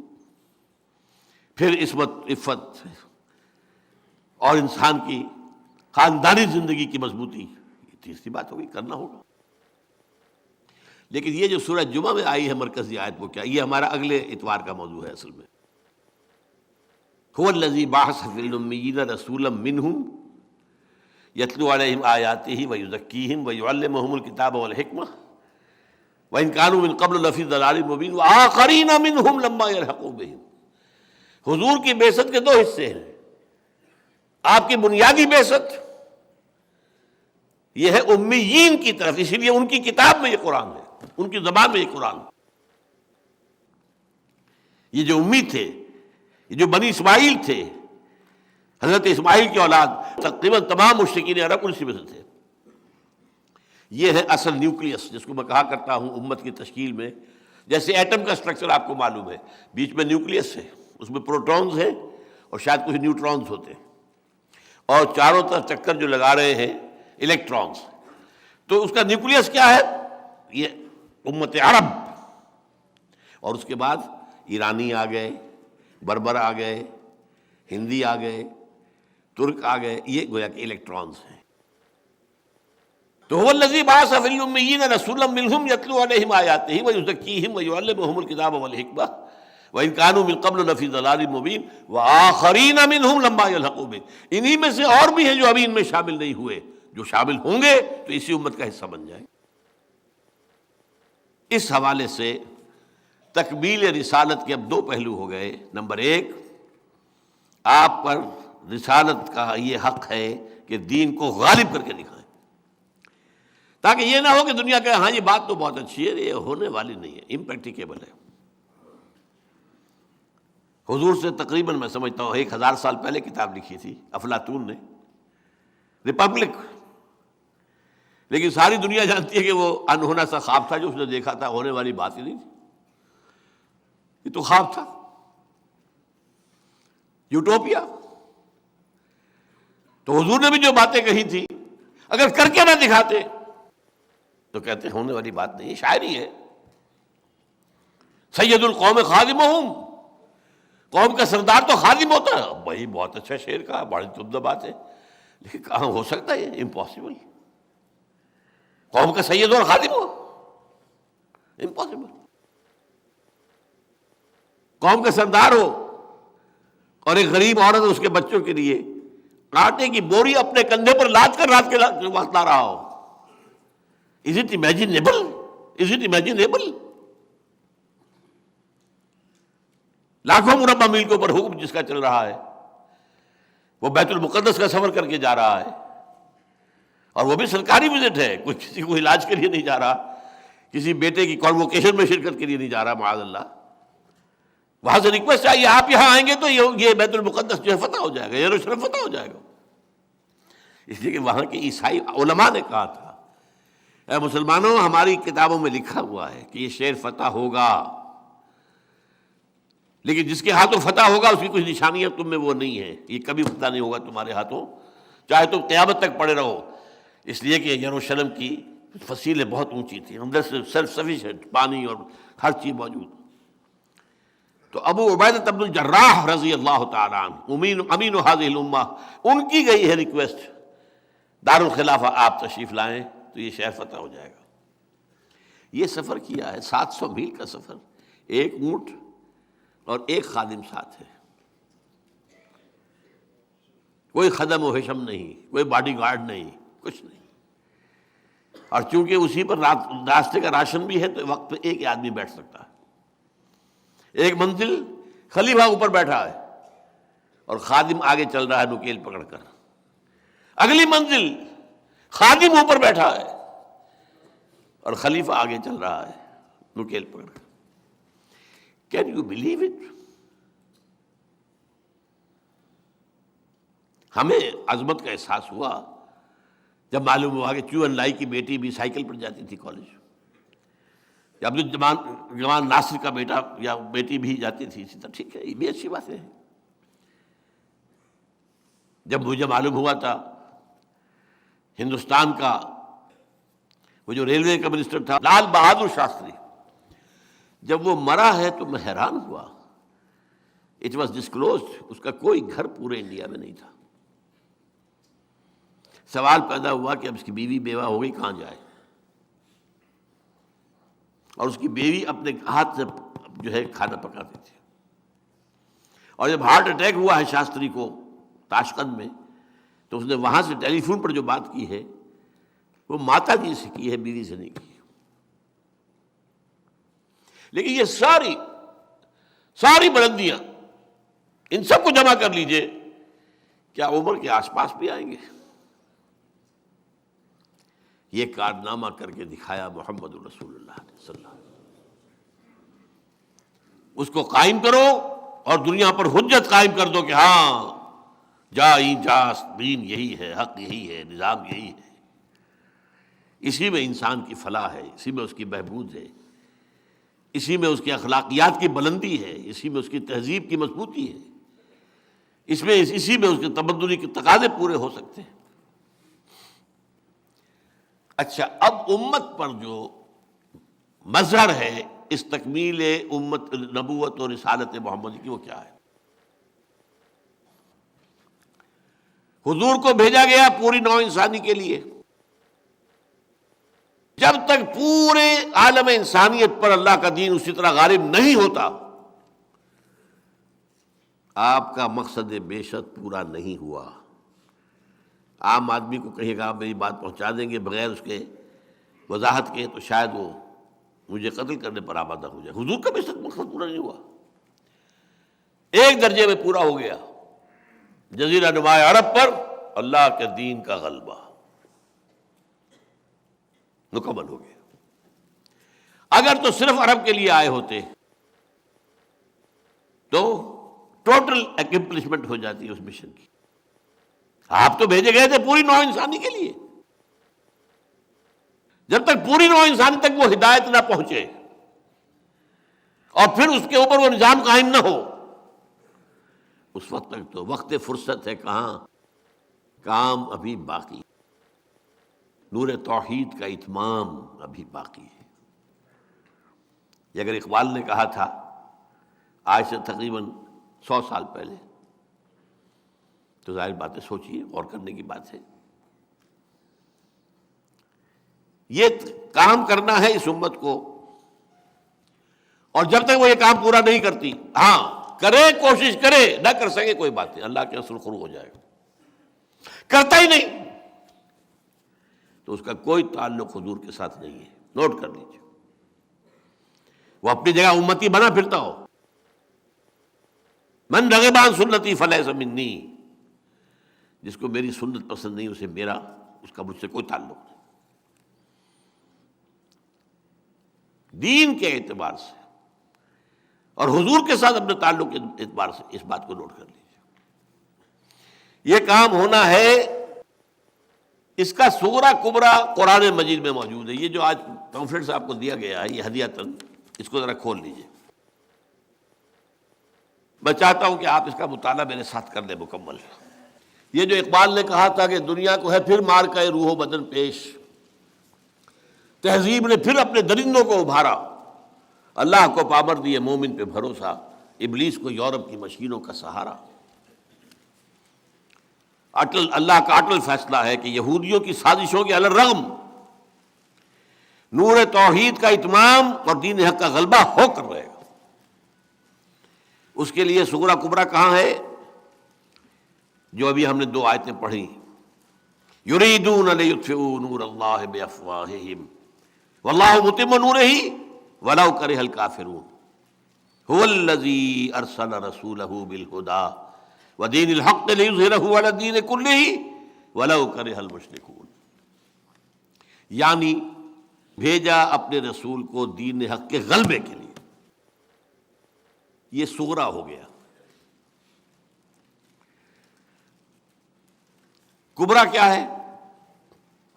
وعد اللہ الذین آمنوا منکم وعملوا الصالحات لیستخلفنہم فی الارض کما استخلف الذین من قبلہم ولیمکنن لہم دینہم الذی ارتضی لہم ولیبدلنہم من بعد خوفہم امنا یعبدوننی لا یشرکون بی شیئا ومن کفر بعد ذلک فاولئک هم الفاسقون۔ اس کا ترجمہ آپ جا کر پڑھ لیجیے گا، خود پڑھ لیجیے گا۔ اللہ نے وعدہ کیا ہے ایمان سے کہ یہ خلافت مل کر رہے گی، جبکہ ابھی حالات مدینے میں اتنے خطرناک تھے کہ ہر وقت اندیشہ رہتا تھا کہ ابھی کفر آئے گا، حملہ ہو جائے گا۔ یہ غزوہ احزاب سے پہلے کی بات ہے جس کا ذکر ہو رہا ہے۔ غزوہ احزاب اس میں سورہ نور کے اندر یہ آیت نازل ہوئی ہے۔ اب تیسرے صفحے پہ آئیے، چوتھے صفحے پہ۔ خلافت علی منہاج النبوت کا دور دوبارہ آ کر رہے گا۔ یہ ایک لمبی حدیث ہے، حضور نے اپنے زمانے سے لے کر اور قیامت تک 5 ادوار گنا دیے۔ یہ بھی جا کر پڑھیے گا، میں اس وقت تو صرف کروا رہا ہوں آپ کو ساتھ ساتھ، لیکن اس کی اہمیت کیا ہے یہ ہم نے آپ کی خدمت میں ہدیہ پیش کیا ہے۔ یہ جا کر پھینک نہ دیجیے خدا کے لیے، بہت بڑی توہین کی مرتکب ہو جائیں گے، اور میں سمجھتا ہوں خیانت ہوگی۔ ان پر ظاہر بات ہے تنظیم کے کارکنوں کے پیسے خرچ ہوئے، ایسے تو نہیں چھپتی، تو اس کا حق ادا کیجیے۔ پہلا دور، دور نبوت، حضور نے کہا میں رہوں گا جب تک اللہ چاہے گا، پھر دور نبوت ختم، پھر خلافت علی منہاج النبوت کا دور آئے گا، وہ بھی رہے گا جب تک اللہ چاہے گا، پھر ہٹا لے گا، اٹھا لے گا۔ پھر ظالم بادشاہت کا زمانہ آئے گا، بنو امیہ، بنو عباس، یہ کون تھے؟ حادثہ کربلا کب ہوا؟ واقعہ ہررا کب ہوا؟ میں اشارے کر رہا ہوں صرف۔ پھر غلامی والی بادشاہت کا دور آئے گا، اس سے مراد میں نہیں سمجھتا کہ اس وقت کیا سمجھی گئی ہو، آج سمجھ میں آتی ہے۔ کولونیل رول، کہیں انگریز، ہمارا بادشاہ، ہماری ملکہ کون تھی؟ ملکہ وکٹوریہ۔ اس سے پہلے کم از کم مسلمان تو تھے بادشاہ، اچھے بھی تھے برے بھی تھے، ٹھیک ہے، بہت برے بھی تھے بہت اچھے بھی تھے، لیکن یہ تھے تو مسلمان، نام لیوا تو تھے محمد کے صلی اللہ علیہ وسلم۔ پھر تو پورے عالم اسلام پر کہیں انگریز، کہیں فرانسیسی، کہیں ولندیزی، کہیں پورچوگیز، کہیں اسپینیئرز، کہیں اٹالینز، کہیں فرنچ، یہ ہوا کہ نہیں؟ اس کے بعد فرمایا ثم تکون خلافت علی منہاج النبوہ، پھر 5واں دور آئے گا دوبارہ جس میں اللہ کی خلافت قائم ہوگی۔ یہ وقت آنے والا ہے۔ یہ خبر کس کی دی ہوئی ہے؟ محمد رسول اللہ صلی اللہ علیہ وسلم۔ مسند احمد کی روایت ہے نعمان بن بشیر رضی اللہ تعالیٰ عنہ سے۔ یہ تو آیا زمانے کے اعتبار سے 1 2 3 4 5، 1 2 دوسرا تیسرا چوتھا، 4 گزر چکے ہیں۔ اس وقت انسان کہاں ہے؟ چوتھے اور 5ویں کے درمیان ہے۔ چوتھا دور کولونیلزم ایک اعتبار سے ختم ہو چکا ہے، انگریز چلا گیا، فرانسیسی چلے گئے، اسپینیئرز چلے گئے، اٹالینز چلے گئے، ولندیزی چلے گئے، پورچوگیز چلے گئے، ایک اعتبار سے گئے۔ ایک اعتبار سے اب اثر نو ایک نیا مالیاتی شکنجہ کسا جا رہا ہے پوری نوع انسانی پر۔ یہ IMF، world bank, multi nationals, trips, اب اس کی وضاحت میں نہیں جا سکتا اس وقت۔ ایک طرف مغرب جو ہے شیطان اور یہودیوں کی زیر قیادت، اصل قیادت یہودی کی، میدان میں قیادت امریکہ کی، پیچھے اصل طاقت، پلانر، نقشہ دینے والا، پروگرام دینے والا یہودی۔ اب جو آنے والا دور ہے وہ اپنے یہودی چاہتے ہیں ہمارا مالیاتی شکنجہ پوری دنیا کو کس لے اپنے اندر، بٹ امریکہ چاہتا ہے ہمارا جو یہ قبضہ ہے دنیا پر مکمل ہو جائے۔ اور زائنسٹ جو ایجنڈا ہے 5 نکاتی، ایک بہت بڑی جنگ ہو جس میں گریٹر اسرائیل قائم ہو جائے، وہاں سارے دنیا کے یہودی لا کے جمع کر دیے جائیں، اس کے بعد جو ہے دنیا میں وہاں ان کا دجال ظاہر ہوگا جو ان کو کہے گا میں مسیحا ہوں، اور پوری دنیا ہم فتح کریں گے۔ پھر جنگوں کا دور ہوگا، حضرت جو ہے مہدی آئیں گے، حضرت عیسیٰ نازل ہوں گے، پھر جو ہے عالمی سطح پر اسلام کا نظام قائم ہوگا، اور وہ نظام پھر گلوبل ہوگا۔ اس کو میں نے صرف بیان اس وقت کر دیا، اگلی حدیث پڑھ لیجئے۔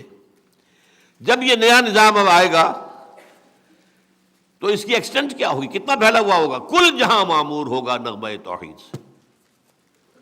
عن ثوبان رضی اللہ عنہ قال رسول اللہ صلی اللہ علیہ وسلم ان اللہ زوالی الارض فرأیت مشارقها ومغاربها وان امتی سیبلغ ملکها ما زوئ لی منها۔ حضرت ثوبان فرماتے ہیں کہ رسول اللہ صلی اللہ علیہ وسلم نے فرمایا ہے کہ میرے لیے پوری زمین کو لپیٹ کر مجھے دکھا دیا گیا، اور سن لو میری امت کی حکومت ان تمام علاقوں پر قائم ہو کر رہے گی جو زمین کو لپیٹ کر مجھے دکھا دیے گئے. اور یہ مسلم شریف کی روایت ہے، معمولی نہیں. مسلم شریف، ترمذی، ابو داؤد، ابن ماجہ. اور یہی وہ نقشہ ہے اصل میں جو اقبال نے بیان کیا ہے. آسماں ہوگا سحر کے نور سے آئینہ پوش، اور ظلمت رات کی سیما پا ہو جائے گی. پھر دلوں کو یاد آ جائے گا پیغام سجود، پھر جبیں خاک حرم سے آشنا ہو جائے گی. آنکھ جو کچھ دیکھتی ہے لب پہ آ سکتا نہیں. محو حیرت ہوں کہ دنیا کیا سے کیا ہو جائے گی. شب گریزاں ہوگی آخر جلوہ خورشید سے، یہ چمن معمور ہوگا نغمہ توحید سے. گلوبل اللہ تعالیٰ کی حکمت. اور ایک اور حدیث اسی موضوع کی پڑھ لیجئے، عن المقداد رضی اللہ عنہ انہ سمع رسول اللہ صلی اللہ علیہ وسلم یقول لا يبقى على ظہر الارض بیت مدر ولا وبر الا ادخلہ اللہ کلمۃ الاسلام بعز عزیز وذل ذلیل اما یعزهم فیجعلهم من اہلها او یذلهم فیدینون لها قلت فیکون الدین کلہ للہ. مقداد ابن اسود فرماتے ہیں رضی اللہ تعالیٰ عنہ، حضور نے فرمایا زمین پر کوئی گھر نہیں بچے گا، نہ اینٹ گارے کا بنا ہوا، نہ خیمہ جو جانوروں کے کمبلوں سے بنایا جاتا ہے، جس میں اللہ اسلام کے کلمے کو داخل نہ کر دے. لا یبقى علی ظہر الارض، زمین پر دو ہی طرح کی بستیاں ہیں نا، یا نوبڈز ہیں، وہ اپنے جو ہے خیمے اٹھائے پھرتے ہیں، جہاں جہاں دیکھی کہ گھاس واس ہے خیمے گاڑ لیے بیٹھ گئے. یا پھر جو ہے آپ کو معلوم ہے پوری طرح سے آبادیاں ہیں، شہر ہیں.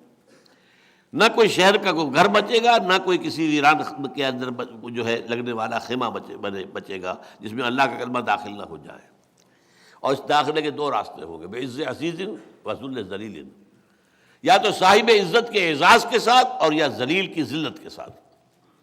اور وہ کیا ہوگا؟ یا تو اللہ تعالیٰ اس خیمے والے گھر والے کو اسلام کی توفیق دے دے گا تو اس کے گھر میں کلمہ اسلام داخل ہوگا، لیکن اس کا بھی اعزاز ہوگا. وَلِلَّهِ الْعِزَّةُ وَلِرَسُولِهِ وَلِلْمُؤْمِنِينَ وَلَكِنَّ الْمُنَافِقِينَ لَا يَعْلَمُونَ. عزت اہل ایمان کا حق ہے. اور یا پھر وہ مغلوب ہوگا اور اسے وہ کام کرنا پڑے گا، یود الجزیۃ عن یدٍ وہم صاغرون، چھوٹے بن کر رہے. غلبہ اسلام کا ہوگا، اس کے نیچے وہ یہودی رہے، عیسائی رہے، جو چاہے رہے.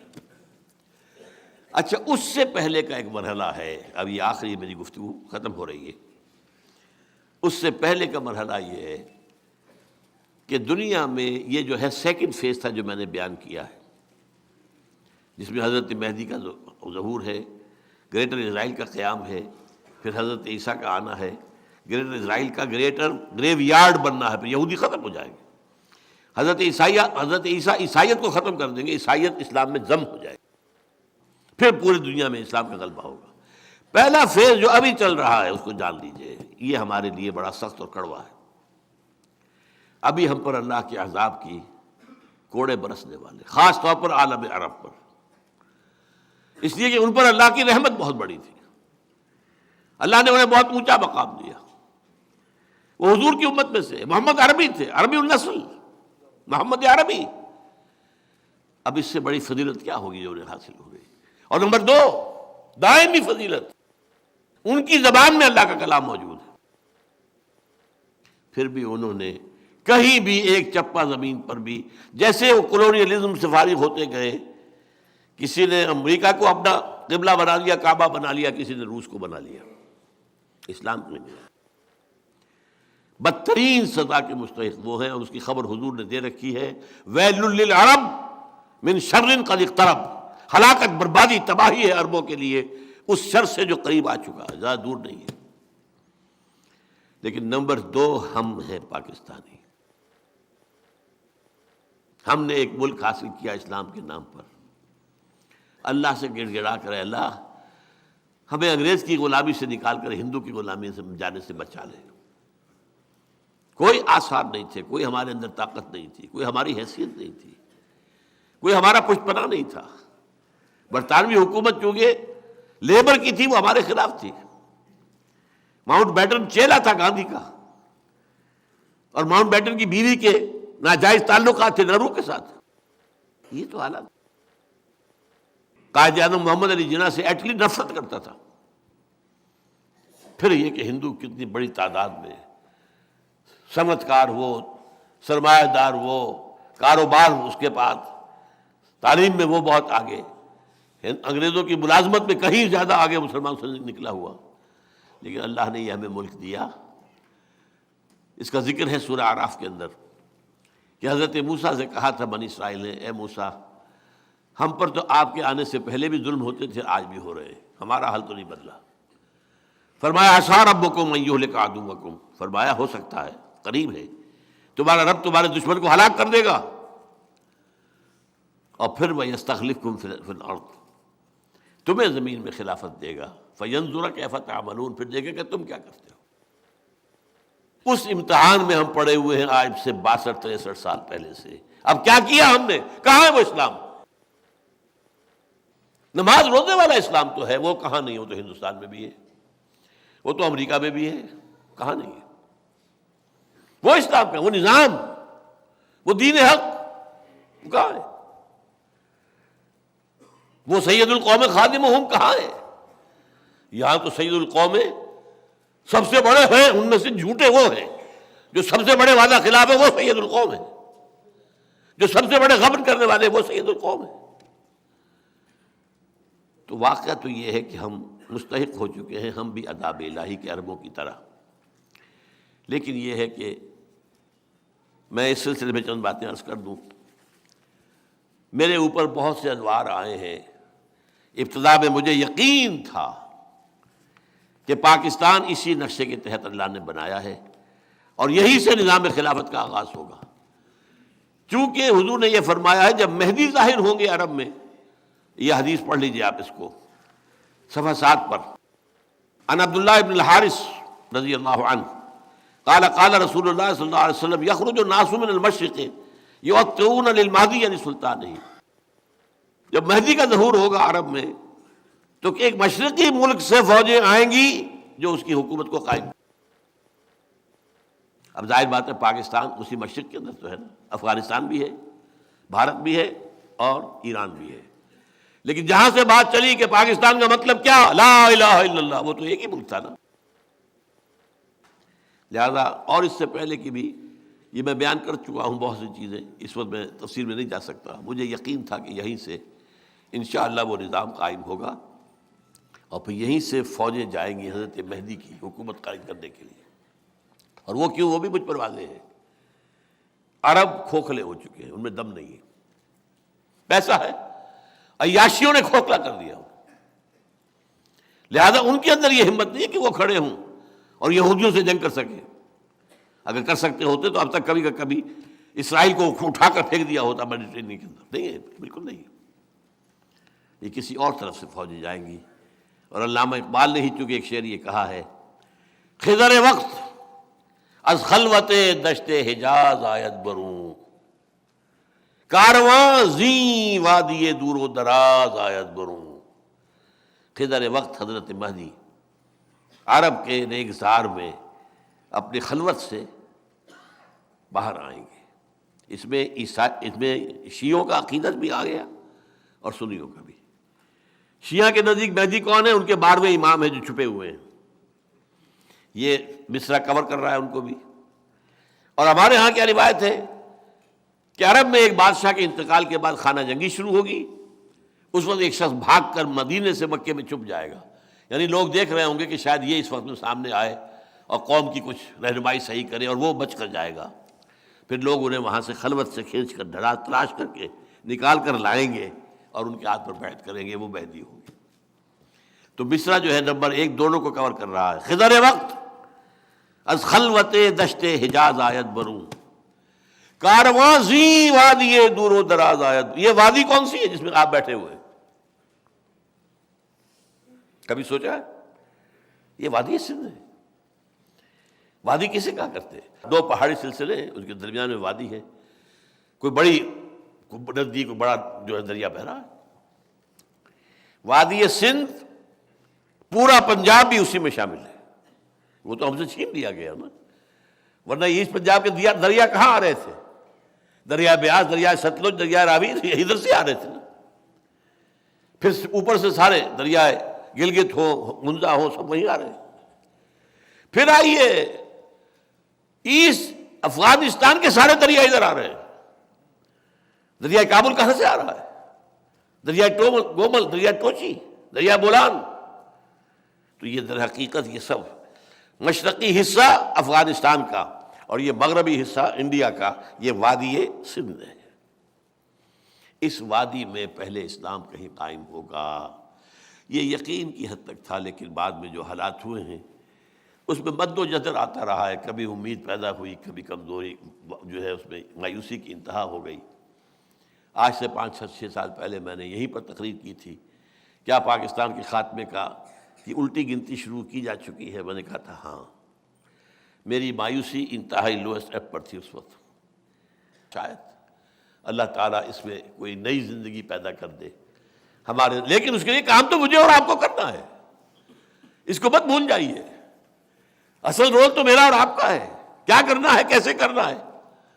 چنانچہ میں نے کہا تھا یہ ہے میرا جو اگلے اتوار کا جو موضوع ہے، جہاں سے کہ اصل میں یہ تو ساری ابھی علمی باتیں ہیں جو آپ کے سامنے آئی ہیں۔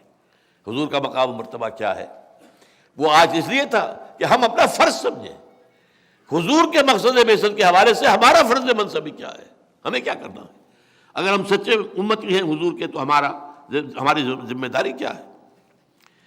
بہرحال اب اس صورت میں آپ سے آخری بات کہہ رہا ہوں کہ یہ جو ہونے والا ہے معاملہ، اس کے اندر جو کام جو اب کرنا ہے اس کو 2 حصوں میں سمجھیے، بلکہ ایک جملہ پہلے اور میری آج کی گفتگو کا حاصل میں آپ کو ایک شعر کے حوالے سے بتانا چاہتا ہوں۔ حضور کی سیرت پر جب جلسے ہوتے ہیں تو آپ کی زلفوں کی تعریف، آپ کی آنکھوں کی تعریف، آج مجھے بڑی خوشی ہوئی، حفیظ طیب صاحب کی جو میں نے نعت سنی ہے وہ بڑی پاکیزہ نعت تھی، بہت عمدہ نعت، جس میں کوئی غلو نہیں ہے، کوئی عقیدت اپنی جگہ، محبت اپنی جگہ، غلو نہیں۔ لا تغلو فی دینکم، یہ غلو دین ہی تو تھا نا جس نے عیسائیوں نے حضرت عیسیٰ کو خدا کا بیٹا بنا لیا۔ اور جو میں نے آپ سے عرض کیا، میرا گمان یہ ہے کہ ہندوؤں نے ابراہیم کو خدا بنا لیا، برہما بنا لیا، ہندوؤں کی ایک نسل نے، سب نہیں لوگ۔ تو بہرحال اس غلو سے بچتے ہوئے، حسن یوسف دم عیسیٰ ید بیضا داری، آنچ خوبہ احمد آرنگ تو تنہا داری۔ بڑا پیارا شعر ہے۔ اے نبی، آپ کو اللہ نے حضرت یوسف والا حسن عطا کیا، اور حضرت عیسیٰ پھونک مارنے سے جو نتیجہ نکلتا تھا، اور ید بیضا حضرت موسیٰ والا، تمام نبیوں کو اللہ نے جو کمالات دیے، آپ کی ذات مبارکہ میں وہ سارے کمال جمع ہیں۔ ٹھیک، اب حدیث سنیے۔ تمام انبیاء اور رسولوں نے جو تکلیفیں برداشت کی ہیں، میں نے تنہا وہ سب برداشت کی۔ یہ کوئی بیان کرتا ہے؟ کبھی اس کا ذکر آتا ہے؟ 3 سال کی نظر بندی اور فاقوں کی وہ انتہا، کچھ کھانے کو نہیں ہے، بچے بلک رہے ہیں اور سوکھے چمڑے ابال کر اس کا پانی ان کے منہ میں ڈالنے کے سوا کچھ نہیں کھانے کو۔ 3 ایئرس طائف میں پتھرا ہوا ہے، جس میں اتھر جو ہے زخمی ہوا ہے، دامن احد میں دندان مبارک شہید ہوئے ہیں، اتنا خون گیا ہے کہ آپ بے ہوش ہو کر گر گئے اور خبر اڑ گئی کہ آپ کا انتقال ہو گیا۔ لیکن اس میں اصل بات کیا تھی، یہ تو بات بعد میں آئے گی ہماری۔ یہ حجت ہے اس امت پر۔ اللہ کر سکتا تھا کہ حضور کے پاؤں میں کانٹا تک نہ چبھتا اور انقلاب آ جاتا، کسی کو ڈو اٹ، اور وہ محبوب رب العالمین تھے۔ کوئی چاہے گا کہ اپنے محبوب کے پاؤں میں کانٹا چبھا ہوا دیکھے، اور وہ کر سکتا تھا، نہیں کیا۔ کیوں نہیں کیا؟ آج تو اللہ کا رسول ہے، آئندہ یہ کام اس امت کو کرنا ہے۔ امت کے لیے معجزے نہیں آئیں گے، رسول کے لیے آ سکتے تھے، نہیں آئے، تاکہ حجت قائم ہو جائے۔ تمہیں بھوکے رہنے کا خوف ہے تو میری بھوک نہیں تم نے دیکھی؟ اگر غزوہ احزاب میں صحابہ نے اپنے پیٹوں پر پتھر باندھے ہوئے تھے اور آ کر جب کہا حضور اب تو ناممکن ہو گیا ہمارے لیے، کھڑا ہونا مشکل ہے، دیکھیے ہم نے پتھر باندھ کر اپنے پیٹوں کے ساتھ کس کر اپنی چادروں سے اپنے آپ کو کھڑا کیا ہوا ہے، اپنا کرتا اٹھا کر دکھایا، 2 پتھر بندھے ہوئے. یہ سب اس لیے. کیا بات ہے، بنی اسرائیل زیادہ پیارے تھے؟ ذرا بھوک لگی من و سلوہ اتر آیا، دھوپ لگی تو اوپر جو ہے سائبان چل رہا ہے بادلوں کا، سمندر راستہ روک رہا ہے، پھاڑ دیا اسے ایک ضرب سے. پیاس لگی ہے، ایک ضرب سے 12 چشمے، ایک ضرب سے، تاکہ ہر قبیلے کا اپنا علیحدہ علیحدہ چشمہ ہو جائے، لڑے نہ پانی پر. کہیں پانی پینے پلانے پہ جھگڑا اور کہیں گھوڑا آگے بڑھانے پہ جھگڑا. قبائلی زندگی میں تو یہ ہوتا ہے. یہاں نہیں آیا. اللہ کی مدد آئی ہے، اب بھی آئے گی. اللہ کی مدد کا دروازہ بند نہیں ہے، but you have to qualify for that. Allah پہلے ٹھوک بجا کر دیکھ لیتا ہے یہ واقعی does he really mean business, do they really mean business. وہ قربانیاں دینے کو تیار ہیں، امتحانات میں سے گزرنے کو تیار ہیں. تب پھر اللہ کی محنت، اللہ کی. یہ تو قرآن مجید میں بھی آیا ہے کہ جب وقت سخت ہوا اور وقت کے رسول اور ان کے ساتھی پکار اٹھے متی نصر اللہ، تب کہا گیا الا ان نصر اللہ قریب. اب اللہ کی نصرت آیا چاہتی ہے تو نصرت تو آئے گی، لیکن یہ ہے کہ اس کے لیے تیار ہونا ہوگا، سختیاں جھیلنے کے لیے، مشکلات برداشت کرنے کے لیے، اپنا تن من دھن دینے کے لیے، جانیں دینے کے لیے. سینکڑوں صحابہ کی جانیں گئی ہیں. ایک صحابی کی جان کی قیمت ہمارے لاکھوں لوگوں کی جانوں کی قیمت سے بڑھ کر ہے. یہ کام ہوگا، لیکن میں اب آپ سے عرض کر رہا ہوں حجت قائم کی گئی پوری نوع انسانی پر. دیکھو یہ نظام ہم نے قائم کر دیا تھا، اور یہ ہسٹوریکل ہیرا ہے، یہ کہ پرانی کہانیاں نہیں ہیں، یہ کوئی فیری ٹیلز نہیں ہے. It's a recent past 1400 years ago. اور ایک ایک چیز پوری طرح لکھی ہوئی، منضبط، کنٹرول میں، ریکارڈ میں. اور ایک حجت امت پر قائم کی. اس مشن کی تکمیل اب تمہارے ذمہ ہے نا. میرے ہاتھوں اللہ نے جزیرہ نما عرب میں اللہ کے دین کو غالب کر دیا. میں نے تم تک قرآن کی دعوت پہنچا دی. My mission in a way has been accomplished, تمہاری حد تک اور جزیرہ نما عرب کی حد تک. بقیہ مشن میں تمہارے حوالے کر رہا ہوں. It's now your duty. وہ بھاری بوجھ جو میرے کندھے پر آیا تھا، سنلقی علیک قولا ثقیلا، آج تم پر منتقل ہو گیا ہے. اب جو کام کرنا ہے میں آپ سے عرض کر دوں، یہ کام کیسے ہوگا. ویسے تو میں نے اس پر کتاب لکھی ہوئی ہے، منہج انقلاب نبوی، 400 صفحے سے زیادہ، شاید اس سے زیادہ کی کتاب ہے. میں ان 2 اتواروں میں اس کو 2 بڑے حصوں میں تقسیم کر کے بیان کروں گا. سب سے مشکل کام ایک جماعت کا بنانا ہے. جوش میں آ کر لوگ گولیاں کھا لیتے ہیں سینہ کھینچ کو کھول کر، جوش میں. لیکن مسلسل محنت، اس میں گھلنا، اس کے لیے تیار نہیں. خصوصاً ڈسپلن، نظم کی پابندی، سموتاج. سب سے مشکل کام جماعت بنانا ہے. جماعت بنے گی تو وہ جہاد کرے گی. ہمیں یہ ہے یا تو جہاد کے اوپر جاتے سیدھے، جاؤ یہ بس 30 دن کی ٹریننگ ہے، لے لو جا کر، اور جا کر جو ہے لے کر یہ کلاشن کو نکل جاؤ، چاہے وہ کشمیر میں چلے جاؤ چاہے افغانستان. بھائی نہیں، اس جہاد کے لیے جماعت حضور نے بنائی تھی 12 برس میں. وہ کیسے بنائی تھی، اگلے اتوار کا میرا اصل موضوع یہ ہے. اور پھر لاسٹ جو ہے وہ تصادم جب ہوا ہے، پھر اس تصادم کے مراحل کیا تھے، اس کی مین فیچرز کیا تھے، اس پر ہماری انشاءاللہ گفتگو مکمل ہو جائے گی. اقول قولی ھذا واستغفر اللہ لی ولکم ولسائر المسلمین والمسلمات.